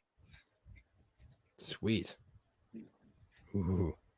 This is Oh man. recently on one of our just, driving up the road, and I'm like, well, we're gonna hang out in the national park, and Northern Lights were out, and it was kind of a weak show, but you get a minute of there it goes, it popped. And this was the pop, but it wasn't overhead, it was on the horizon. And it still Mhm. looks absolutely gorgeous. So on a nice foggy night. Wow. Yeah, you can see it over there on the water surface of the water in the distance. Mhm. There's that little bit of a fog Yeah, there. Well, and the still water reflection, like having a non-turbulent water body of water, I mean, amplifies almost any night sky shot. That's so cool. absolutely. Yeah, reflections are pretty cool. I think there's like two or three more, but there's some golf balls. So chasing in Churchill, there's a lot of history that goes into Churchill. They actually would shoot rockets off into the aurora to study the aurora. So as Really? soon as the aurora starts dancing, they would shoot a rocket into it, and they would take all this information back in the 50s, 60s, and then they shut it down. And this is now moved to Fairbanks, Alaska. Hmm. So they had these radars that were used to be able to find out where these rockets had gone, and there was so much more that these radars did, but they're abandoned, they're done, and we call them golf balls. Hmm. So this was just an average night in Churchill underneath the golf balls. Wow. Yeah. That's cool. And you got a little bit of purple in there. They get some extra Yeah, color. And remind me what element is purple, like when with the ionization or purple would be nitrogen. nitrogen. Okay, cool. Okay. Yeah. So green oxygen, purple nitrogen, right? Yep, and then red, back in this photo, is actually oxygen, but higher latitudes. So, Yeah. sorry for Americans, but between about 100 kilometers and 300 kilometers, Mhm. when oxygen will glow green. So when it gets hit by those particles, but above 400 kilometers to 800 kilometers or so, those oxygen particles will glow red Mhm. because there's so fewer of them up there and they just start to glow red. And that's why the reds are so common to see down south because it's so much higher than the aurora as well. Oh, okay. Have you seen those photos of um the like lightning sprites out of thunderstorms Y- before? Yeah, yeah, absolutely. A friend of mine shoots them a lot, but I've never seen them. They're very uncommon in in Canada. Mm. Um, a really amazing photographer and storm chaser, Greg Johnson, actually has a photo of northern lights and sprites in Oh. Saskatchewan. It's incredible. Like Wow. it's a record photo. He needs to, submit that to some really good agencies. But Mhm. yeah, no, for me, it's kind of a bucket list. I want to shoot sprites, but I want to shoot them in my backyard. I don't want to go somewhere for them. So Totally. yeah, I'd love to someday, but not Yeah. yet. For our viewers, the sprites that we're talking about is it's kind of a I think a recently discovered phenomenon, and there's several videos about it on YouTube, so you could look it up. But if you follow or chase a thunderstorm, a particularly active thunderstorm, like a supercell or something like that, particular lightning strikes as they like connect to the ground, they eject. They found photographers actually discovered that they eject electricity up into the atmosphere. And if you happen to be pointing your video camera or still photo camera at the right time, you'll see above the storm cloud this almost like squid-like looking like tree roots, but upside down. It's like lightning, but it's red, which is why I brought them up, because they're known as like these ghost sprites or red sprites or something. Because I think so they like generate, they ionize in that same altitude that you were talking about in the red spectrum, because they're just so high up. It ejects this electricity upwards, and it's basically an aurora, but from a different source. It's not from solar energy; it's from static energy from the lightning. So I was curious if you had seen them and thought it was relevant to the topic. Yeah, and a cool thing about sprites too is like fighter pilots and like regular pilots were saying for years that there's these weird jellyfish things that are going up from these storms, and people are like, "You guys are losers! Like what? What are you smoking?" Right? And then it turns out it's real, and there's citizen scientists that study it, and what it is people can go out, yourself, myself, people who shoot these sprites can go out, take photos, and say, "I got these photos." Well, you have all these photos of these sprites, and you're like, I've got years. I've taken photos of sprites for 150 years between my whole family, but I'm not a scientist. I don't know what to do with them. Well, there's citizen scientists now, so those people can become citizen scientists, where they basically can bridge the gap between scientists and the citizens, and then put all those photos in the hands of scientists to help study them. And that's actually the exact same thing that happens with Northern Lights. When you think about it, um, you know, 10, 20, 30 years ago, there was incredible northern lights. Well, look at this photo, for example. There's a lot of purple in this photo. Well, if I captured it real quickly on my film camera, how many other people actually caught this exact moment? No one. Right. Maybe one person if it was a really weird coincidence. So I caught this really weird purple or this really weird sprite looking thing coming off of it, whatever it might be.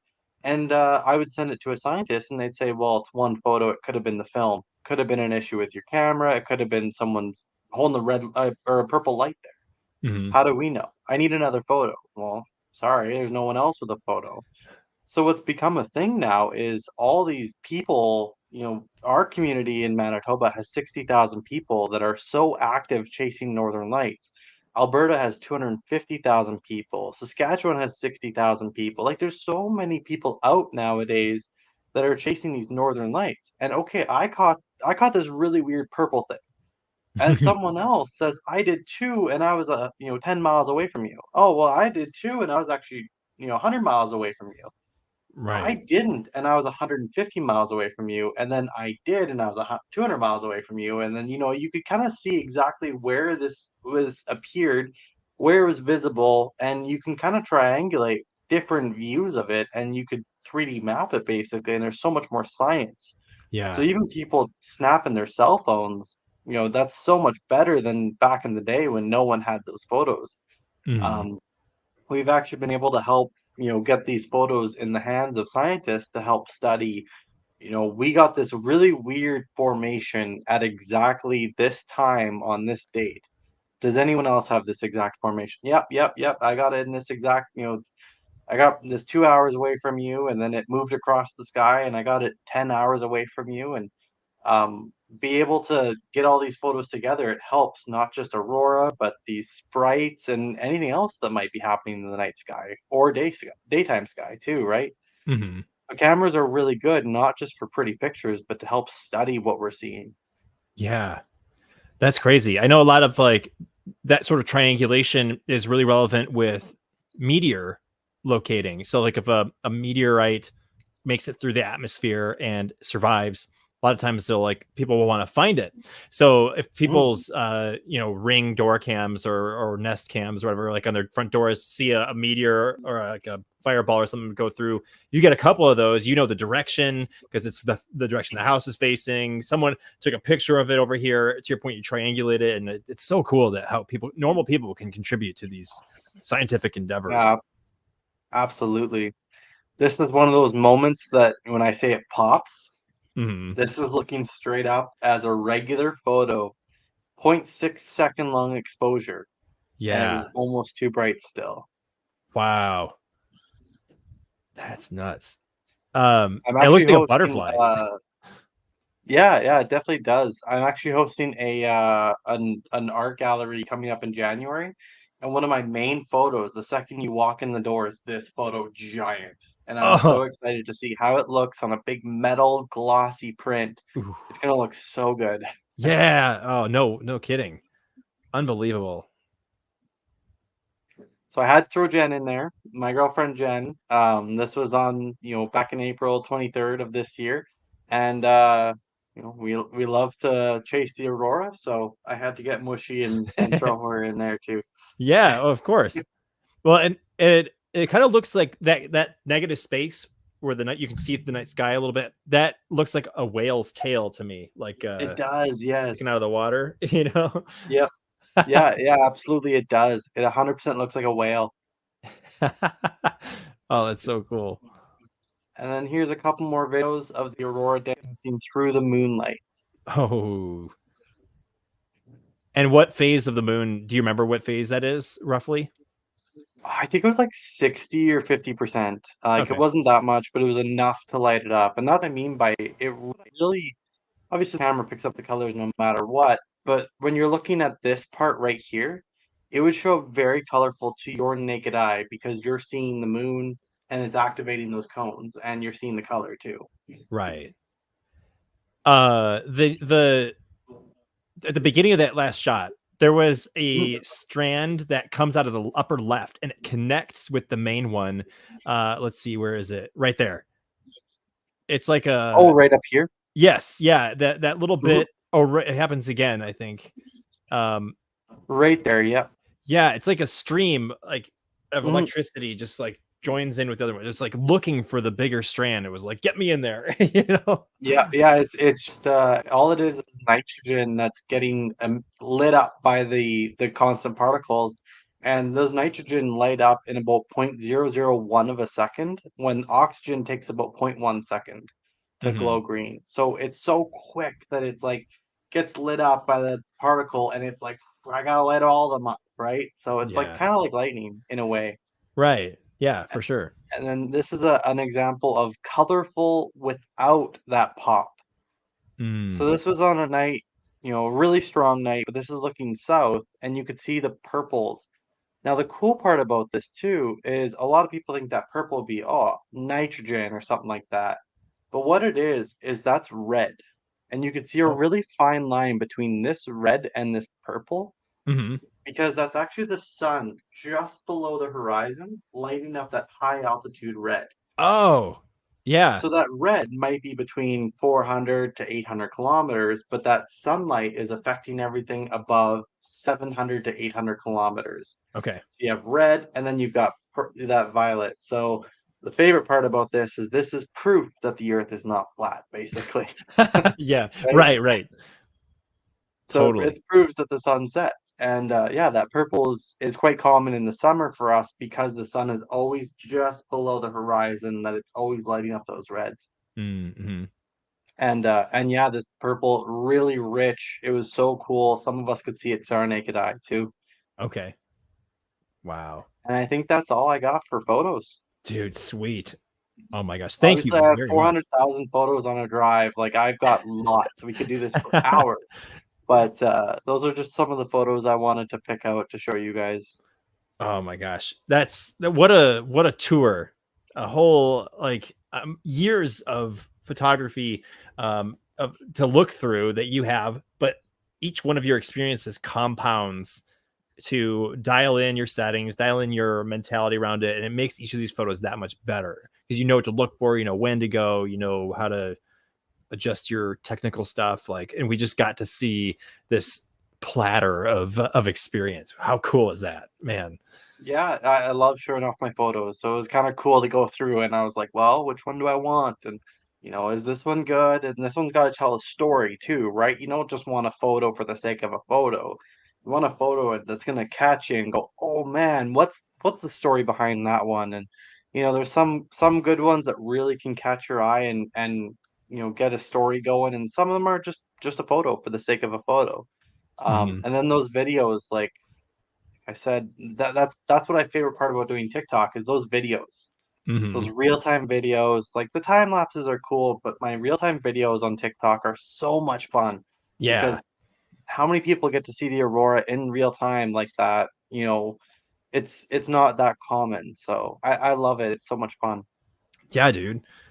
Oh my gosh. Gonna take a quick second here to kind of just address the audience. Everybody who's hanging out with us, thank you so much for sticking around. I see Sam just joined in. What's up, Sam? She was a guest last time here on the Galactic Window. Great to see you. Oh my gosh. We had Joe in here earlier. I don't know if he's still in here, Joe. This could be like a reunion at this point. And I see Doug. Hey, good to see you. Thanks for stopping by. Doug here Thank is you. my partner in crime on Astro trips. We traveled down to Utah and Arizona a couple weeks ago for the solar eclipse. So Right, we right, yeah. went together. So yeah, good to see you. Thank you very much for joining in. Um, Justin is one of my favorite photographers ever. There's some high praise. Thank you. um, And yeah, if you guys are just tuning in, welcome in. This is the Orbital Alliance. My name is Nick, and the Galactic Window gives us a look into the perspective of astrophotographers, space people, anybody who loves to look up in the night sky, whether it's through a lens or with their naked eye. I think everybody has a unique perspective on that. And this is Justin with High Hopes Aurora, and he has been showing us his amazing photography of Aurora Borealis, or the Northern Lights. Again, if you're new here too, would appreciate your support here for the Orbital Alliance. Please consider subscribing to the channel. I'd appreciate that very much to help support future episodes of this video podcast. That would be appreciated. And don't forget to share this video right now as we continue the show. Maybe somebody you know might find this interesting. That always helps too. So thank you very much for considering. If you do want to find Justin on social media, I know I'm gonna throw his handle up here on TikTok. He's at High Hopes Aurora. That's correct, right, Justin? Yep. Yep. And then I think you might have like different handles on the other platforms. Do you want to say what those are for like Instagram or Threads? Yeah. Yeah, Instagram is Aurora J. Anderson. I thought about changing it, but Aurora A comes before H, and honestly, you type in Aurora, and the first thing you see is me, so it's kind of hard to change it. So, yeah, no, I'm Aurora J. Anderson on Instagram, and Facebook is All High Hopes Aurora. Facebook basically is where we post our high quality videos. We try to do like 720 to 1080p. It's kind of what Facebook's bread and butter is. So that's where you're going to see all the good videos, good audio, stuff like that, and the really, kind of the exciting time lapses. Oh, Oh, I I think we didn't get the lost. battery died. Yep, I see it. I can still hear you though. Uh, Okay. Justin's gonna replace Yeah. his camera So battery. Facebook is where we do all of the good videos, basically the high quality, and then Instagram is kind of a mix between that high quality video and then the real time Aurora. And then TikTok is kind of that behind the scenes. So you get to see Mhm. all about how we make the videos and the real-time Aurora in real time. And we even do live stream sometimes too. Yeah, that's awesome. It's cool to be able to invite people from all over the world into the moment as it's happening. Yeah, absolutely. Should be back here. There we go. I see ya. Nice and I clear. gotta get a dummy battery for my camera. That's the next thing. Totally. Yeah, I was telling you, Um, I did the same thing too. I went through a show and I was like, this is not gonna last forever if I plan on doing this. I got regularly. So yeah, it's a yeah, lifesaver. and then it also goes without saying, so I have my own, page, my own Aurora stuff where I promote myself. However, I'm kind of 50-50. 50% of me wants to promote myself, my business. I really appreciate all the follows, the love, absolutely everything. The other 50% of me also shares Aurora alerts, basically. So my job is to tell people when the Aurora is out. Mhm. Our goal from day one for High Hopes Aurora wasn't to make a quick buck. It's not our job. That's not what we want to do. The goal is to make the Aurora accessible to absolutely everybody for as cheap as it possibly can be and free. So Mhm. what we do in Manitoba is our bread and butter. It's our where we focus is we actually help predict the aurora for people. I'm already out. I'm already looking at the data myself and saying, oh, the Aurora is going to be out tonight. It's worth me going out. So that is the case, what I'll do is I'll make a thread in our group that I have on Facebook, and we'll basically say, hey, this looks pretty good. What is everybody seeing? Now I post and I comment and, oh yeah, I'm seeing the northern lights here and this is how it looks, or it's getting stronger, it's going to get weaker, give it a little bit of time, or it's not worth it, go to bed. And then other people are commenting from all over our province saying, oh, it's getting stronger in Winnipeg, or I can't see it here, all over. So it's basically a big community. And then we also work with all the other provinces. So one of the things that I highly recommend is our community that I started and founded is called Manitoba Aurora and Astronomy, and I'm going to comment it in here so you can just pin it. Yeah, But it's for called sure. Manitoba Aurora and Astronomy. But I highly recommend looking at every single province. So Alberta, BC, Saskatchewan, Ontario, every single one has an Aurora group, and there, it should be there now. Every single community that has Northern Lights gets an Aurora group, basically, because there's enough people interested to see it. There's Michigan Aurora Chasers, Minnesota, like the Twin Cities. There's the North Dakota, South Dakota. All these communities have these Aurora groups, and if you're in or near any of these groups, I highly recommend joining because you're going to see kind of the alerts, and they work really well. Yeah.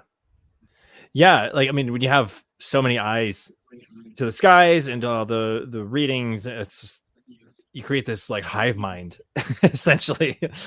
Yeah, and one of the things I think we talked about right at the start of the podcast, the best forecast is your two eyes. Hmm. What happens when you have 60,000 people? That's 120,000, probably 119,000 eyes, because there's probably a couple people that are missing one. But Yeah. that's a lot of eyes that are all watching the skies for us. And for me, I'm sitting in my backyard. I can literally look out my window and say, "There's Aurora." Well, for someone who lives 20 minutes south of me in town, can't do that. Hmm. They physically can't. They look out their window and they see another building or they see light pollution. They simply just can't look at that. I look out and say, "There's Aurora." Well, it's not worth it for me to go chase. I don't, Yeah. that's weak. I've seen that all the time. But those other people are going to go there and say, "I've wanted to chase it. I want to photograph it and at least practice." You Hmm. can see it. I'm going to go see it as well. So it works really well. There's a lot of us that are like, "Hey, I have access to see it in my backyard." We're your early alerting system. And honestly, you don't have to be a scientist. Like, I study it, I really look into it, I want to understand it. But if you're, Nick, you're up in Winnipeg and you're like, I'm just out because I want to be, and you look up and see the Northern Lights, well, you can go on the group and say, oh, hey guys, the Northern Lights are out. And then that's an alert for everybody that you didn't have to understand what's happening, just you saw it and there it is. Right. That's really powerful. Like community with specific goals are the potential is just infinite, and that's kind of like what you and I are a part of through TikTok. Like this Astro Nerds community is like, Hmm. hey, let's bring together like-minded people who are pursuing similar goals and see what happens. And it creates not only a conversation, but you start learning and you start growing as a night sky viewer, an astrophotographer, a content creator, whatever it is. All those skills start bleeding into the next person, whether you're brand new or super experienced. Like everybody benefits from it. So yeah, it's amazing to hear that there are those communities specifically for Aurora, and that's news to me because obviously I don't have that down here. So it's like it's neat that you can have that available to everyday people and that you're making the effort out of your desire to do it. Nobody's like Hmm. forcing you guys to do it. Nobody even invited you probably to do it. Some or a lot of the people haven't been. They just kind of stumbled upon it, and that's what's cool. And it gives the people access. For the huge thing is it's free. There's Hmm. no paywall to get into this community, right? There, and that's all the communities, and they're all really good. There's even Australia, Iceland, Norway, like there's Fairbanks, right? There's all these communities, and I mean, I can't vouch for every single one, but most of them are free. Ours is completely free. There's no paywall. You don't have to pay for a better forecast. Like, no, it's completely free of charge. If you want to go chase Northern Lights, really, the only thing it's going to cost you is gas, and it should be free and accessible to absolutely everybody. I Hmm. mean, being able to get the tours out there is what we're working on, and being able to show you them for as cheap as possible is a key too. But ultimately, you shouldn't have to if you don't want to. If you want to Right. come up and see them for free, you can. Um, that's kind of been the goal from day one. Is the like everyone should see it. We're in town like quite often, and we run into people and they'll be like, "Oh, cool. Like, do you go up north for that?" And I'm like, "No, I shoot this in my backyard." And they're like, "You can see the northern lights down here?" Like, "Yeah, absolutely. Have you never seen the northern lights?" And like, "I've always dreamed of it for 50 years, but I've never seen them." And I'm like, Mhm. "They're out every second night. Yeah. You're missing out." And Yeah. they're like, "Well, how do I know?" And I'm like, "Well, here's a community for you." And those Mm. people will reply in a month and say, "Wow, I saw the aurora. It was really cool." Hmm. Like, that's what it's for. It's not to make money off, it's to build that community and get all these people out to see it. Right. It's free Mhm. until you reveal that you're going to release a new service called Manitoba Aurora Plus, and it's going to be, subscription based, $8.99 a month, and you got all, I'm just kidding. Oh, yeah. And in this day and age of streaming services, just sticking plus at the end of it, I thought that made sense. um, I would love to talk a little bit here, if you're still good on time. Mhm. Is the content creation side of things a little bit more. You touched on the different platforms that you take a part of. Like, what has it been like? Um, Obviously, it's one thing if you're a viewer of Aurora. It's another thing if you are capturing it for yourself. But when you become a content creator on the internet, you are basically signing this like imaginary agreement that like I am going to share most of what I do in my hobby with the world and make it available to other people. And that of course opens up conversations, and you meet people and you connect with others. And there's a whole host of other things that happen when you do that. Like, what's the experience been like for you when you kind of said, yeah, I want to be a content creator and I'm going to start making all these accounts? Yeah, honestly, it was really cool. Like, I'm sure most photographers started the same way. I'm gonna make an Aurora or a page for my Instagram so that I can post all my photos. Oh, okay, well, I hit 100 followers. I'm like, cool. I hit 1,000. I'm like, sweet. And it just the ball kept rolling, right? And it was like, oh, I slowed down around the 3,000 mark, and I was like, this is where I'll peak. This is it. I don't care. Like, I have a job.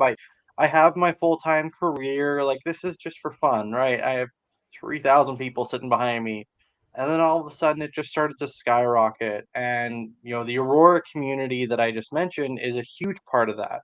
Because, yeah, while I am High Hopes Aurora, like all these people that probably jumped in tonight, we saw it earlier, I wasn't High Hopes Aurora to them. I was Justin, the Aurora guy to them. Yeah. And that was a huge part of it. I kind of grew in two different ways. I grew High Hopes Aurora, I grew Justin. Like, it Mm. was two different ways. And honestly, it was really interesting because I started TikTok a long time ago, probably like a year or two ago, and I posted the odd video, and I was like, "No, no, not in it for me." 10 views. It's just I can't do it. And then try again, and 20 views, can't do it, not in it. And then, I started posting, like, really, involved, and then I met, Tan, Chasing the Milk, that was a Mm. huge part of it, met him, started going live a couple times with him, and met you through that, Yeah. and it was Yeah. really, really cool to meet this whole community, and, it was also really weird because, this whole community was like, "Oh, Justin with High Hopes Aurora," and I'm like, "No, I'm Justin the Aurora guy." Like, I'm Manitoba's Aurora guy, and they're like, "Where's Manitoba?" And I'm like, "I already have a following over here, and, like, now I'm starting at 0." And it was really, really interesting to Mm. see, like, at 2 different steps that I'm growing on, and it was really, really cool. And for me, like, the following doesn't matter, like, it's just Mm. cool that people are involved and meeting people. Like I mentioned earlier, Daniel Ziliro Astro came up and got to shoot the Aurora together and the stars, and it was just an awesome night. That's what I'm in it for. That's not like that's it. I want to go shooting with friends and make all these connections. Mhm. Um, I mean, another thing is a lot of these friends of ours do is go live all the time.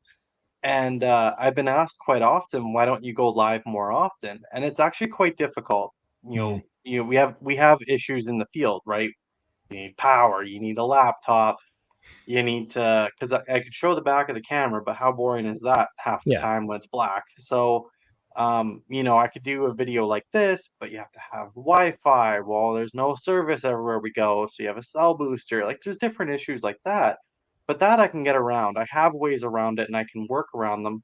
But the biggest problem I have is my experience. Mm. Yeah, I'm a content creator, but I'm also an Aurora chaser. When I have the video camera in my hand or I have the cameras on their tripods taking photos, I can stand back. I set up all the cameras and I walk away and I'm okay, now I'm gonna sit down and relax and enjoy it. Play some music, do whatever I want, right? I don't have to talk. But then the Right. second that you turn on that live, you're like, now I have to pay attention. I have to Yeah. pay attention to the live. And those definitely come. Like there's times when I'm like, I would love to go live. I do quite often where it's like I'm enjoying this. I'm talking to all my friends, but then the Aurora pops. And this last show, one of our last shows, I actually missed the whole show.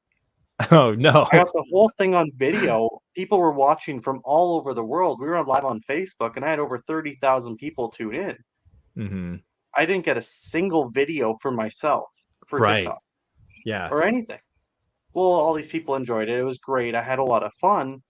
But I was talking to them the whole night. I didn't experience it. I missed the whole show, and it was a great show. Hmm. So I get asked quite often, "Why aren't you going live?" And it's like, well, I'm kind of withholding a little bit of this for myself. I mean, the Sure. big shows are the big shows. We only get so many of those a year, and I don't want to miss every single one because I'm too busy paying attention. So, yeah, it's a difficult. It's kind of a balancing act, I'm curious how you would play that out too, right? But Sure. yeah, it's definitely a balancing act between the two.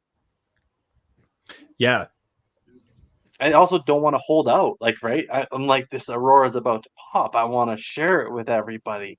But do I share it with my camera in my hand and take a video and share it to TikTok later?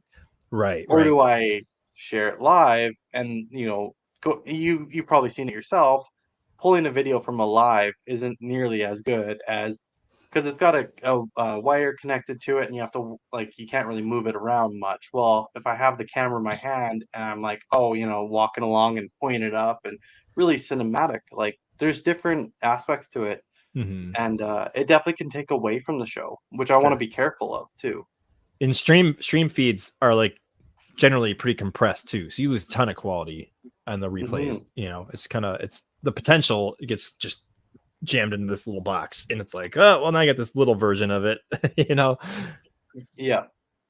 um Something that I absolutely love about your content, and I absolutely wanted to talk to you about this, is I love on TikTok when you post videos, you have amazing taste in music and the song choices that you have. A lot of them are cinematic or video game based that I relate to very, very dearly. So I was like, I wanted to ask more about that. Like, I mean, I've heard you use Assassin's Creed.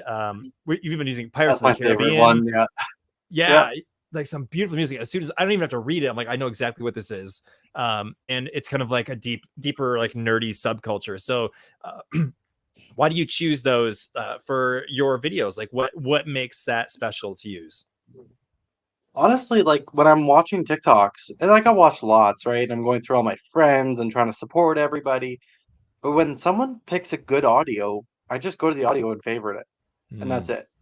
And when I'm going through and I pick that video, honestly, all I do is just go through and go, that sounds good. No, no, no, no. Oh, that's good. Awesome. And I mean, sometimes you accidentally use the same audio 4 times in a row because you're like, that's a good one, right? You're like, mhm. oh, right, it was a good one. I used it yesterday. But a big part of that comes with my Facebook. So I post a lot of, I change the aspect around a lot. I go one by one, the 1080p, and then I go vertical. Like I try to change it around because I always want that view to be a little bit different. It also changes. I can use a video once vertical, and then I could use another video this way, another video this. Like I can kind of change your view of it, and it's really cool. Gives it a little bit more freedom for it. So on Facebook, what I used to do was I'd do a big chase, right? I'm like, oh man, that November 3rd show was huge. It was amazing. Those purples were incredible. The time lapse I got was incredible, but it started out slow. And then there was a little bit of build, build, build, build, build, and then it went pop. Well, a minute in. Well, who is gonna watch a minute of boring audio, boring Aurora moving through the sky? And I would used to love building those. I still do, right? I love building those big movies, and I would be like, man, gotta watch. I'd show my family a big TV, right?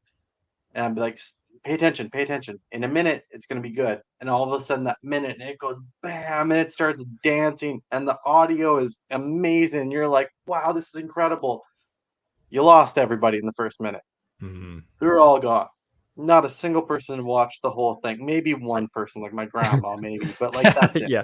Yeah. So, so when I started doing videos, really, like I sat down and said, I have to pay attention. Like I have to take this really serious. And what I would do is I would take that audio and I would find it and I would go, okay, well, this is an amazing audio. I use Epidemic Sound for my audios. And I would go, this is an amazing audio. The middle is just incredible. The crashing of the drums, the amazing, the part that has me so interested in it. I would cut it right when it starts. That crashing right when you open up the audio and the first second it goes ba-dum and it just starts. That was exactly what it started on. The best clip that was usually in the middle is the first clip now. And Yeah. that person goes and opens it up and goes, holy crap, that was an incredible, like, and now I'm hooked. And that's what I try to go for TikTok and Instagram too, right? Is, it might look good in 10 seconds or 5 seconds from now, but that first 3 seconds is the crucial time that you need that person to get involved in. I Right. posted one today and it was kind of that, right? It was, I Mhm. think, 4 seconds of build up and then the Aurora got good Right. and it flopped. It didn't do well. But I love doing it so much, especially through Facebook, because I can do it on Premiere Pro and really put the effort into it. And yeah, you get this really incredible, like involved, like you're just like you're hooked. And it's only a minute, right? It's only a Mhm. minute of song, a minute of playing, or 40 seconds. Like it's not long because you cut off the first half. And yeah, now and then you could do the cool down part at the end. Well, that's Right. when you'll lose people. Who cares? Yeah. But like you get that cool down and people are like, holy crap, that was good. Yeah. And like Absolutely. I'll make 10 of those a week Mhm. because like I'll try to post one a day basically because I have so much footage too, but it's Sure. just so involved and I love them. Yeah. That's super cool. The Did audio you? plays such a crucial part of those videos, like more than you would anticipate. Yeah. I have a. So that's like an interesting point you made because I have a background in video production. That's what I did, professionally, aside from doing content and Mhm. astrophotography. So I work closely with a dear friend of mine who is an audio engineer, and he's done work for all kinds of movies and shows and projects. And he always like stressed to me, he's like, audio is more important than the video in a movie or a video experience. Like you can lose the visual, but the sound like is what carries it ultimately at the end of the day. Like if you lose the sound in the middle of a movie, it's like, why am I watching this? Like this, I can Yeah. see it, but I can't hear the people talk. I can't hear the environment. You get so much information from the audio side of things, like, and it helps tell the story that much more effectively. So I definitely agree with you. Like choosing the right music, creating the right mood, setting the right tone.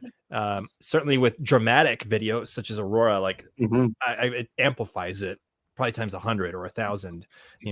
Big deal. I did want to ask too, like I referenced some of the choices that you used. Let's get a little off topic here, maybe not for long, but I think it's worth it. What are some video games that you love playing? Like obviously you used Assassin's Creed music before. I'm a huge Assassin's Creed fan. I know we've got some people. I think one of my friends who was in the chat before, he is a bigger Assassin's Creed fan than me. Like, what other nerd fandoms are you immersed in currently? So, I actually haven't been playing video games in forever. Like, Mm, I have missed out so much. I want to build a new PC, like that's on the list of things to do, and I want to get either a new Xbox or PS5, like one of those two, and start going back into gaming. But my Xbox has been kind of out of commission for a while, so mm, I haven't been playing much. But like I grew up on like the Call of Duties, which were fun. Grand Theft Auto is always a positive one to play. And then, Assassin's Creed, that's a huge one. And honestly, I haven't played all of them. I played a few, and I don't remember any of their names because I'm awful. Yeah, that's But okay. There's a lot of them now. Yeah. I want to go back and I want to play the whole thing from start to finish. The whole Assassin's Creed, 'cause that's probably one of your best ones. But yeah, other than that, I don't play that much, unfortunately. Like I find I'm too busy, but I'm also I just I don't have the setup for that. I need more monitors for that. Yeah, totally. Yeah, no worries. We got a comment in here. Vincent, nice interview. Thank you so much. I appreciate you watching. Thanks for being here. I see that you've got a tag. This is the Aurora guy. So we've got a fellow Aurora photographer. Is this someone that you know, Justin, or is this Yeah, so you remember that photo I told you about this pose mhm. and that guy ran away with his tripod in his hand? Yeah. That's that man right there. Okay. Okay. Yeah. Vince is actually an Aurora chaser out of Fairbanks, Alaska. If you haven't Mm, seen any of his footage, honestly, he'd be a good one for your podcast too. okay. He posts a lot on TikTok, Facebook, Instagram. He's incredible. His content's like amazing. Cool. And he's a really good friend of mine, really close friend. We've chased a lot together. We spent weeks in a cabin together chasing an Aurora because like for weeks on end. So yeah, no, he's a good guy. He's awesome. Cool. Well, thanks for supporting Vince and jumping in, and it's awesome to hear about your stories and your adventures with Justin. Um, Yeah, great. So is there anything that you've got in your mind that you wanted to talk about tonight before we kind of wrap things up? Like anything that you're like, oh man, people just need to know this about Aurora or about yourself, like something that you do. Like, what have you got? Oh man, that's putting me on the spot. I don't know. Yeah, no pressure, no pressure. Just want to open up the floor if like you've got it. I can also take this as an opportunity to remind the chat that you can submit questions in the chat, and if it's relevant, we can pull it up here on the screen, and you can ask me, you can ask Justin, whatever it is. You just Yeah, want to know questions something. are good. Like I said, honestly, if someone's gonna get something out of this podcast, and you're like, I want to go chase Aurora. The thing that you should get out of this podcast is those communities. Mhm. Manitoba Aurora and Astronomy, Alberta Aurora Chasers, Saskatchewan Aurora Hunters. Basically, type in the location and then add Aurora, and there will be something. You know, the Twin Cities, the Dakotas. I think there's one for Montana. Like there's Upper Great Lakes. There's Great Lakes Aurora Hunter. Like there's one for everything. If Yeah. you're gonna seriously go chase Northern Lights, even in Alaska, even in Northern Canada, follow those communities and they're huge. They'll tell you exactly when to go out. Of course, no one knows. The Aurora does what it wants. It's Mother Nature. You know, I've had people ask for our tours, will you guarantee Aurora? No. Mm.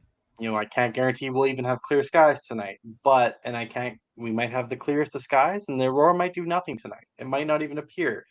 But, those locations will put you in the best spot for it, and follow the chasers, the Vince. Vincent also on Instagram has an Aurora Alaska alerts, Okay. a channel, like one of those new channels that you can create for, content creators. Go join it because he'll actually post when the aurora's decent in Alaska because 'cause they're always out every single night. Hmm. And, I'm in it too. I post when Manitoba has it, when we are not clouded over, of course. But that's a really good resource. Honestly, if you're gonna go chase Aurora, find a community. Those I love chasing Aurora. I love chasing with other people. Like, if Mm-hmm. you're gonna come up and, you know, I can't bring out everybody because there's Yeah. 60,000 of Oh, them, why but, not? Yeah. um Come on. The roads might Kidding. be a little backlogged, but, Right. I love meeting new people. I love, getting to know their stories same way you're doing it tonight, and also being able to watch them see Northern Lights for their first time. Also, if you're gonna go out, expect to fail. Like, Mhm. high hopes, low expectations. You're not gonna get the best show the first night you're gonna go out. If you do, you're very, very lucky. Yeah. Do it again. Try again. Oh, the data or the all these people said the Aurora was gonna be good. I went out and there was nothing. Don't give up. Try again. These people say it's gonna be good again. You went out. I got nothing. Well, then you go out again. you're gonna get it. And over the next 4 years, the aurora's just gonna keep going. Like you're gonna get a lot of good activity, especially up here. It's gonna start to taper down after that too. Like after 2027, 2028, it will taper down a little bit. But Mhm. the northern communities, the Churchills, Alaska, like they still have aurora throughout those times. But right now is a perfect time to become an aurora chaser and Mhm. go check this off your bucket list. Ah, cool. Well, it's certainly on my radar to do because I'm starting to complete more of the bucket list items for myself in terms of astronomy stuff like eclipses and Milky Way, and I'm like Aurora. It's moving up the list for Mhm. me, so I'm sure I'm We'll not get you up alone. here someday soon. Yes, yes. Oh, but dude, I would love it. um, yeah. So you had mentioned, yeah, like the the cool part is that it's visible year round. Like I always was under the impression that it was like, oh, there's got to be like a couple months a year where it's like kind of like hurricane season, where it's like, oh, there's like a Mm. couple months a year, tornado season, like aurora are just all the time, and it's obviously, yeah, the location matters significantly, but I think that's kind of neat. Like you do always have this chance to like go see Yeah, it. and I mean, we talk about seasons. Like there is an aurora season. We call it Mm, an aurora season. We're in aurora season right now. mm, I'm excited. It's start of aurora season. Like it's going to be an awesome season. However, the season refers to the Earth, and the weather on Earth does not affect northern lights in any way. It's mhm, cold, it's warm, it does not matter at all.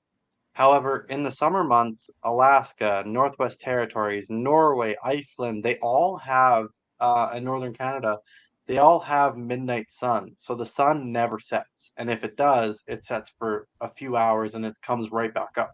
So their night skies are gone. mhm. Their skies are completely daylight all day long. So while the aurora is probably still there, you you can't see it at all. Interesting. So that's why we refer to the aurora season. However, there are locations in Manitoba, Saskatchewan, Ontario, in Canada, where we are, is an absolute perfect location that we actually still keep our night skies in the summer, and we still get to see the aurora underneath the oval, and we still get those amazing shows throughout the summer because we still have those night skies. Ah, okay. Yes, our night skies are 2 hours long or an hour long. Yeah. However, we still get to see aurora. So it's a really cool experience here. I've been June 21st, shortest day of the year, standing on a dock watching the Northern Lights dance. Mm, And people in Fairbanks can't say the same thing. So right. it's really cool. Just because the aurora season's over doesn't mean that you can't see it. It just means that you might have to travel away from those popular locations to see it. Hmm. Okay. Interesting. You mentioned about being out there with people and how important that is. What's like one of the best reactions you've ever experienced from someone else, like maybe a first timer that is like that you'll always remember? I've seen people cry. That was pretty cool. Like it's emotional. It can be, and there's no harm in it. Like it brings a tear to my eye sometimes too. And John commenting in there saying, "Sure, rub it in," being Yeah. up in Alaska. But yeah, no, I've seen people cry. Honestly, it's so remarkable to have that experience of watching them.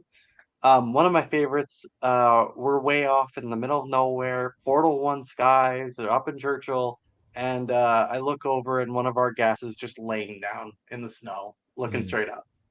And I'll post the TikTok tomorrow because mm, you'll be able to see it. And I posted it before, but I'll repost it. yeah. And I actually have a video of her where I'm looking at her like this, and I'm like, "What are you doing?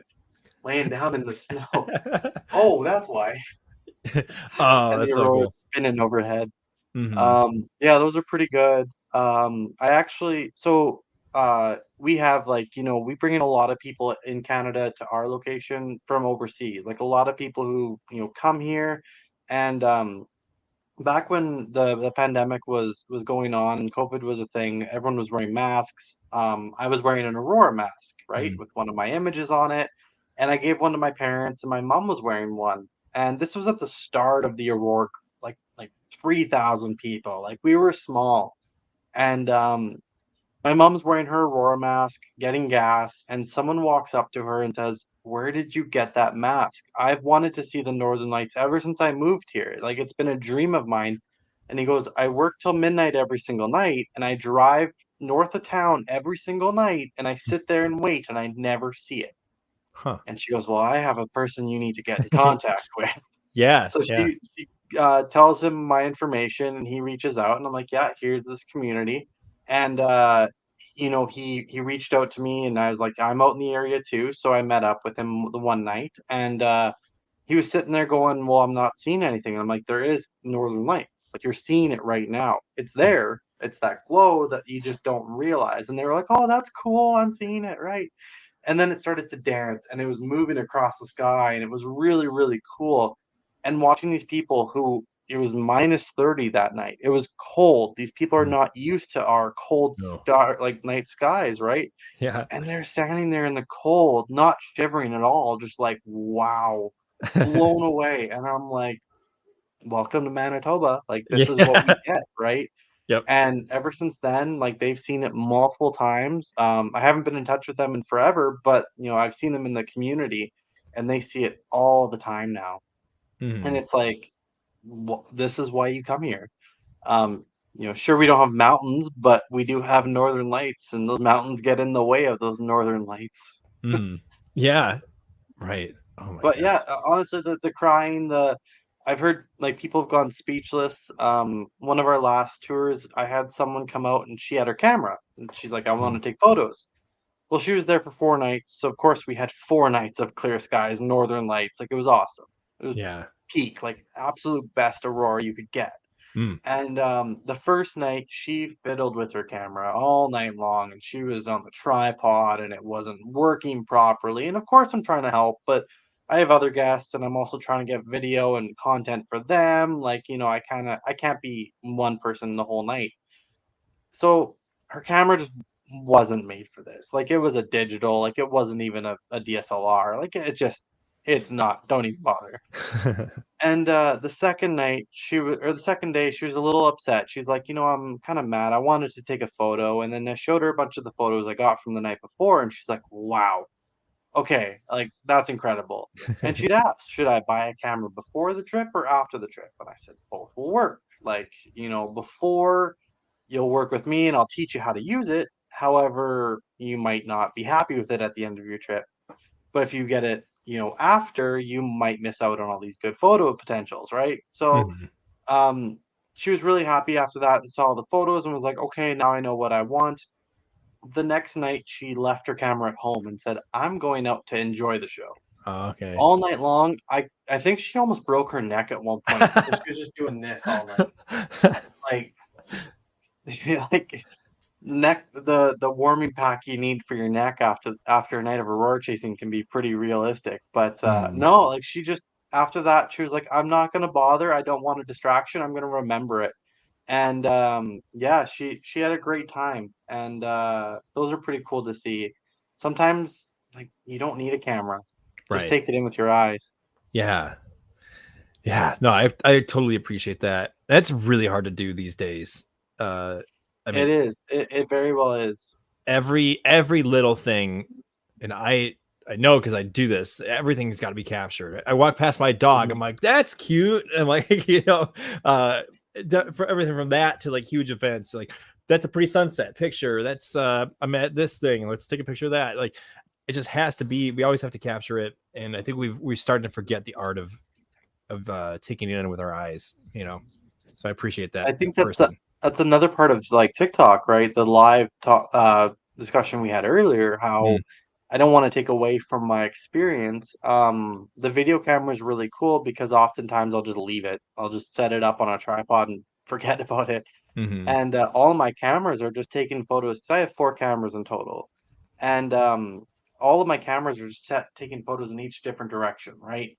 Just see what it is. And, for example, the night with Daniel Zaliro Astro, hmm we were sitting on the dock, and I had cameras in every direction, and they were constantly taking photos. Their settings are perfectly fine, and I walked away from them. I sat on the dock all night long, and I looked up, checked them periodically for their batteries, and that was it. hmm And I got to experience the whole night, and, like, video and stuff like that. I got to experience the whole night and get photos. So that's what I absolutely love about this experience is I get both, best of both worlds. And then of course the video and then the lives can be fun too. Each one has their own time to use them. Yeah. Totally. Oh man. Well, I'm gonna keep that in mind. I mean, like as I go out and see it for the first time, I'm obviously gonna. I feel like I'm not gonna be able to allow myself to not get imagery of it because it's just such a part of who I am. But I'd have to be very intentional. Maybe the second time, like if we go out there for a couple of nights, I mean, the second night, I'll just like let's set it and forget it. And if I script Well, a you can shot, have it who on the cares? record. If you're gonna see Aurora and it's not with me, I'm gonna be pretty upset. But Yeah, yeah, um, right. I'll get videos and photos for you, so you don't have to. And that's another big thing too, is like for these tours that we've run in the past. I take video and I take photos and I'm like, I'm doing it anyways. And Mm. if you guys want access to these photos, like so be it. Obviously, if you want them prints, like you're gonna have to pay to get them printed, right? Like you can't do that for free. But like post them to your social media, stuff like that. Like I don't mind. Because like I don't want you taking away from this experience for you to get the photo. If you want, do it. But like Mhm. don't think you have to. Right. Yeah. Um, we have a comment here. Someone joined in here. Said it's That's the man himself. Dakota. He's located just south of me, so he sees Aurora quite often as well. Cool. Well, Thanks, welcome Dakota. in. Yeah. Thanks for tuning in and saying hello in the chat. Anybody else who's out there, do not be afraid to say hi if you just joined in. I had a couple other things that came to mind as we've been talking. You posted a video on TikTok recently of Starlink appearing near Aurora.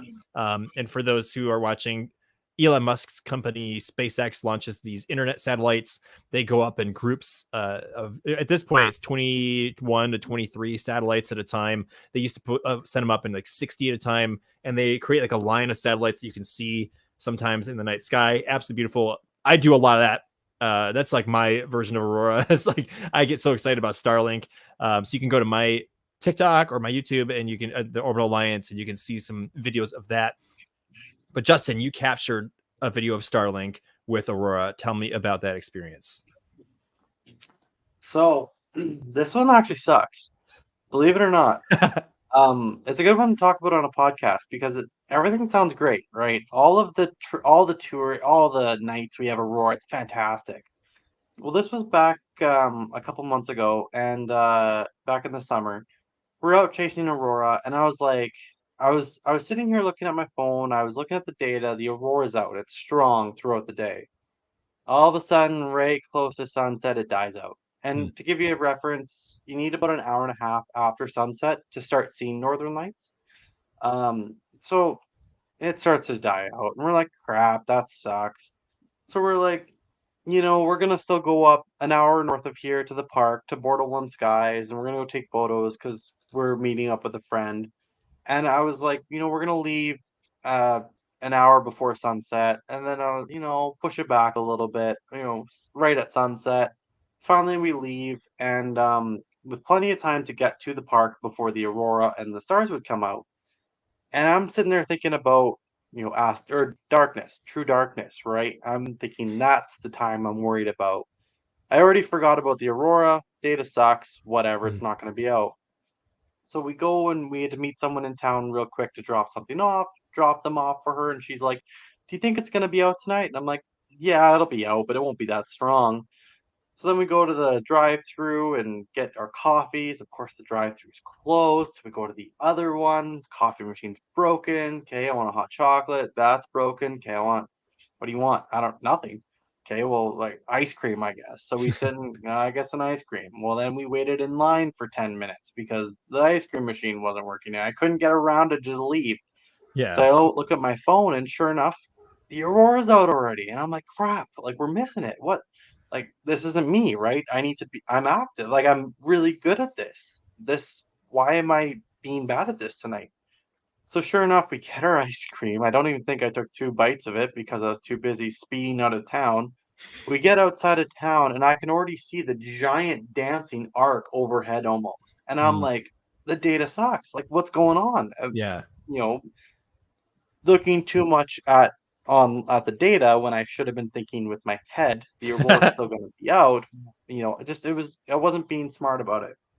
So I'm like, crap, the Aurora's out. So I'm flying down the road, slam on the brakes, pull over on the side of the highway, and I grab my Sony, my video camera, and I'm like, we're at least gonna get video of it. I lock the focus in, hand it over to Jen, take videos while I'm driving. I look at that perfect map I have, and I'm like, all right, we have a location down the road. It's called Sheds. That's literally all I have marked down is Sheds.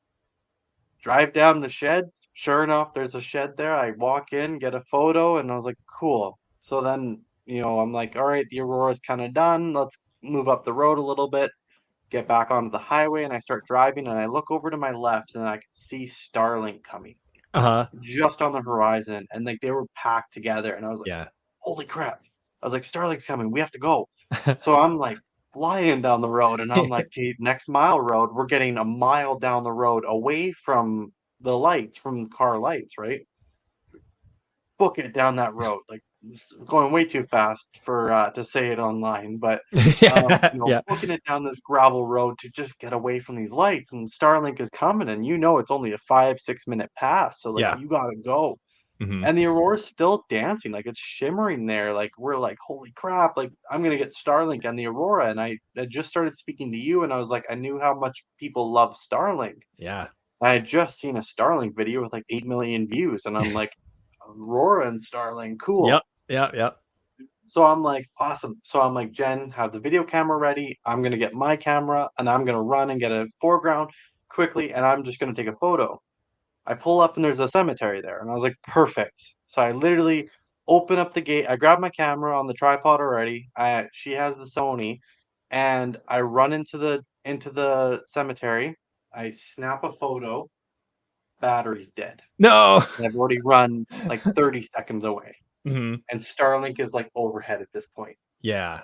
And I'm like, "No." So I shut camera off, turn it on, take a photo, and it snaps a photo. Mhm. It's the old trick, right? Fake it Yeah. so the camera doesn't realize it has no battery. Battery dead. Okay, shut it off, turn it back on, get another photo, got a quick one, and then all of a sudden, and then it wouldn't. I couldn't get another photo out of it. So I'm like, crap. I'm like, that sucks. Like I missed a Yeah. really good potential for a photo. I'm Right. like, you know what? It's okay because Jen got good video of the Aurora and Starlink, and she's behind me on the other side of the fence. She's like, yeah, I got a really good video, and I was like, awesome, good. And I'm like, I go and walk back, and Starlink's gone, and I go and watch that video, and I'm super excited. I bumped the focus when I handed it to her. Yeah. Yeah. Out of focus. No. Badly. Not her fault, my fault. I bumped it. Mm. So I'm like, I'm just heartbroken, right? I'm like, Mhm. how many times do you get a Starlink pass like that during that 5 minute pop? Right. And I'm Right. like, man, that sucks. Like I posted it the other day because I was just like, I haven't done it yet, and I think I wanted to show someone. But it was just one of those things that I was just like, "Oh, man, that sucked." And then I'm like, "Well, we're half an hour away from getting to my buddy and taking photos of the Milky Way, and he's sending me photos of the Aurora and this Milky Way at this beautiful location with the Mhm. Starling Passover," and I'm just like, "I don't even wanna go. Like, I'm done." Yeah. Yeah. I'm like, Right. "I don't wanna go hear about what I missed." Like, Mhm. we're dumb. We missed it. We're still gonna get there before darkness, but I had the wrong time in my head. So I'm like, I'm done. Everyone online sees that I successfully chase the Aurora every time I go out, and I'm like, this is a fail. It's an absolute fail in my books. Yes, I got a photo. Yes, we got a couple videos that are in focus, but I was like, it's a fail. Mhm. The foregrounds weren't picked out. It's an absolute fail in my book. So we start driving home, and I'm like, oh, I think the Aurora is gonna go again. So we stopped. We went live on TikTok briefly, and jumped in a couple of the Astro Nerds TikTok lives. Mhm. And I mean, both Jen and I were kind of frustrated. Like we're just like, I don't want to talk. Like I'm just done. I don't want to look at all these cool photos. Like we missed the sunset aurora, right? Yeah. So, anyways, we got a couple more photos down the road, and then as I'm literally pulling into like our road, I have a couple foregrounds picked out there too. Mm. And sure enough, I look back and I'm like, it's gonna explode. So I drive down, set up a camera, and it explodes as I set Yeah. up the camera. And I get a good photo, get a couple good videos, and I was like, okay, that kind of made up for the night. and people are like, wow, like, on Facebook in the group are like, wow, you caught all three explosions. And I'm like, yeah, I did, but I failed. Yeah, Like, it you was an didn't absolute know what I fail for me. missed. Yeah. Yeah, exactly. Like, if I was set up and I was doing things right, could you imagine the video I could have gotten or the photos I could have gotten? And it sucked. But I mean, at the end of the day, you can't be successful if you haven't failed. And it True. taught me, it was a recent thing, right? It taught me I have to, think about more about the Aurora, like think about more about the data. Hmm. And that night, I just looked at the data way too closely. Yes, it's Sure. good. Yes, it's good to look at the data. But as soon as the data dropped off a cliff, I was like, oh, it's over. Yeah. Well, no, it's not. Takes Hmm. a while for that to come back, right? To slingshot back. So yeah, I mean, it's a cool story to talk about. It's a good one to talk about over podcast too, because you never hear that story in person, Right. or Right. unless you're in person, right? So, but yeah, that was the story of our Starlink Passover, and I've got it a few times with the Milky Way and some weak glow of Northern Lights. But I was like, Mm. this is the big aurora. Like, this is a good show, and Starlink, and honestly, if we were parked when I saw it on the horizon, Mm. it was coming through the aurora on the horizon. Yeah. Like, it would have looked incredible, and of course, we weren't parked, and at the location I was at prior would have been amazing too, but we left. I'm like, every step of that night was a bad step, Hmm. and it sucked too, because yeah, like, sitting there going, "I'm good. I'm a professional. I should do this. Like, I do this for a living. Like, Right. why do I suck tonight?" And I said that multiple times, but honestly, like, yes, I'm sad I missed it, but you have to grow, you have to learn. Yep. I failed a lot to get to where I'm at, and I'm probably gonna fail again, I'm sure. Right. Yeah. You just don't know when.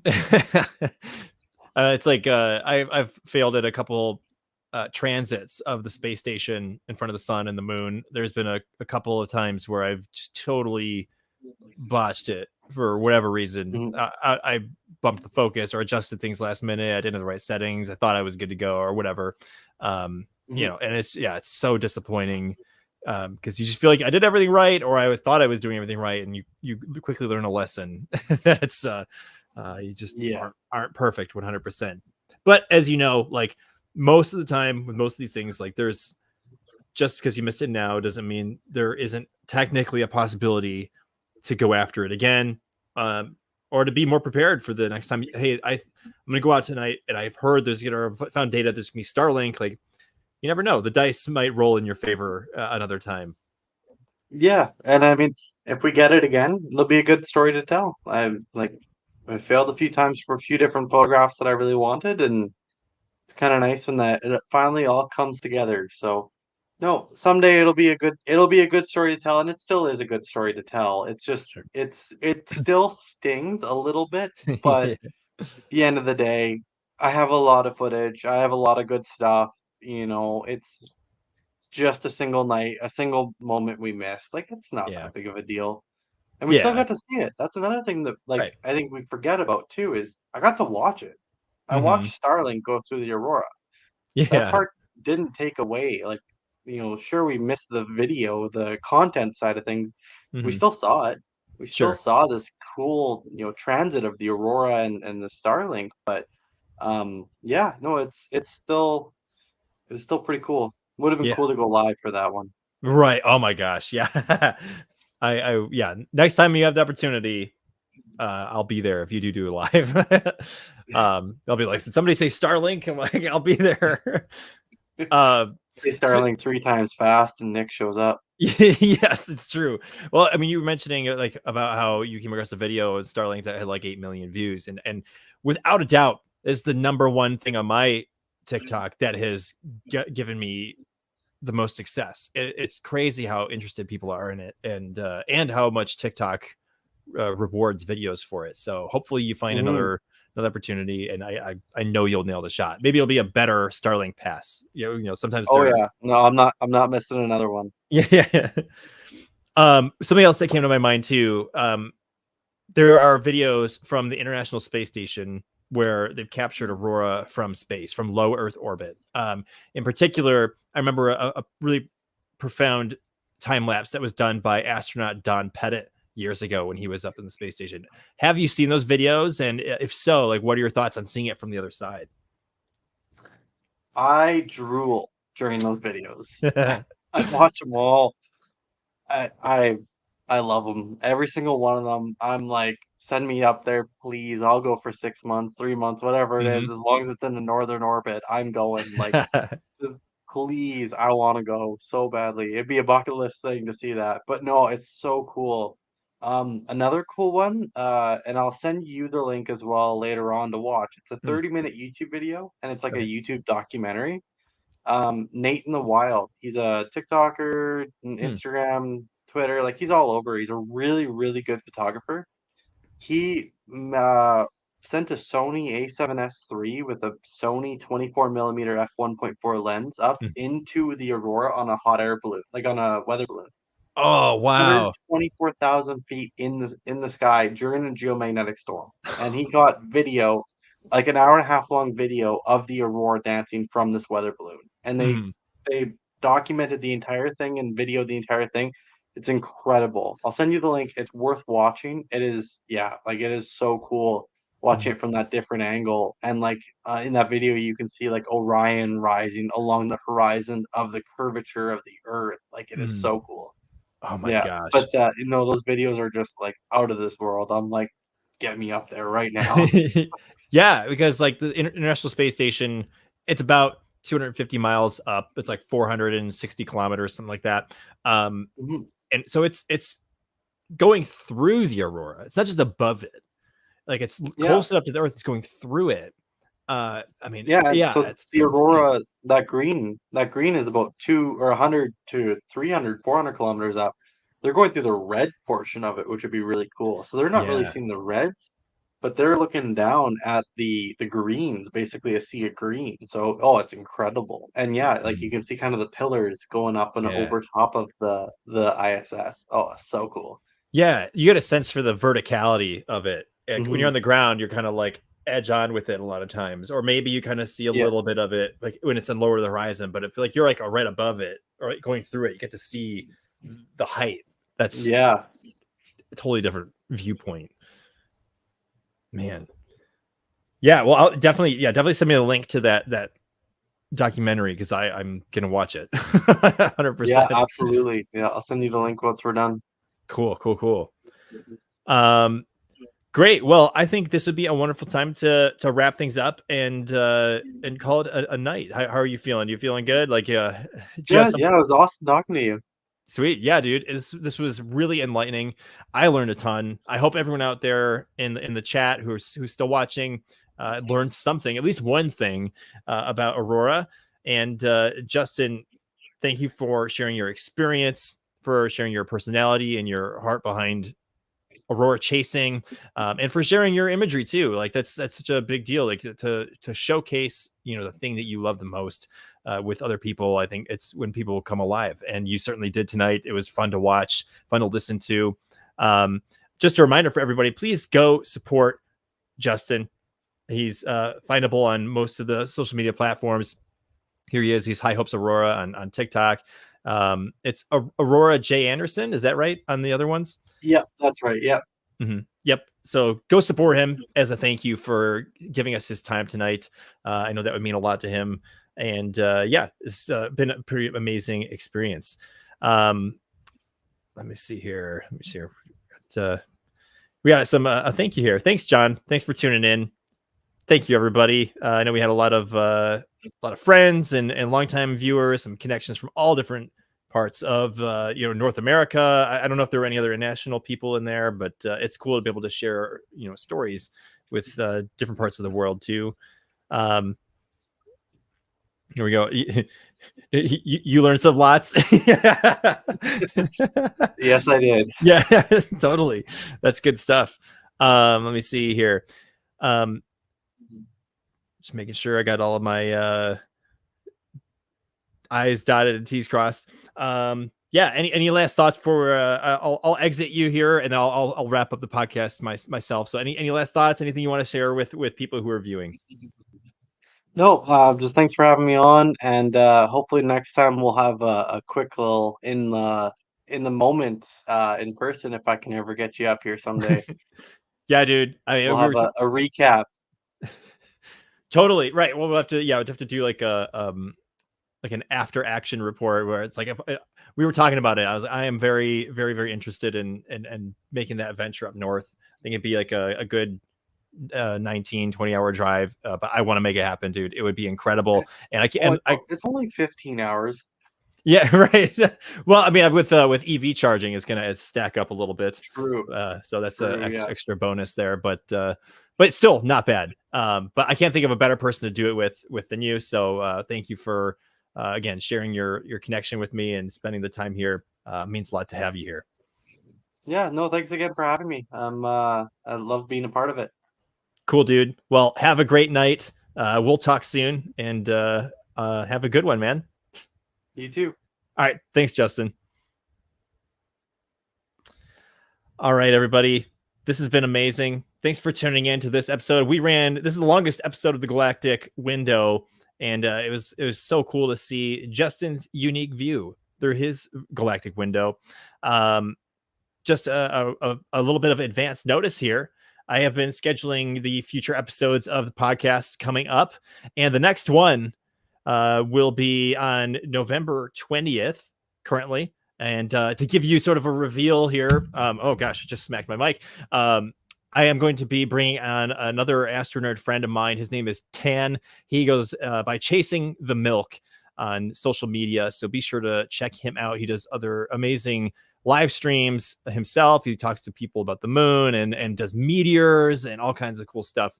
But Tan will be joining us on November 20th. And I've also started booking guests through December. The podcast, I'm aiming to do 2 episodes a month, one within the first 2 weeks of the month, could be anywhere in there. Another episode in the second half of the month. So it's kind of the pattern I'm going with for now. It seems to be working for me so far. So yeah, it's going to be super cool. So be sure to go onto the Orbital Alliance, subscribe, and when I make the live stream, you'll see it populate there. Something you can click the notify me button on the next live stream that's coming up, so you don't miss it. So it gives you a notification like, hey, this is going live. So episode 4 coming up in, what's the math on it? 14 days. So 2 weeks. It's going to be a real good one. I actually just had the chance to go out west with Tan. I ran into him when we were doing the solar eclipse. So we're going to have lots of fun stories talking about the annular solar eclipse that happened 2 weeks ago. So don't miss that one for sure. So yeah, anyway, thank you all for being here. This has been great. Again, I would appreciate your support by subscribing to the Orbital Alliance. And until the next episode, I will see you all on the other side.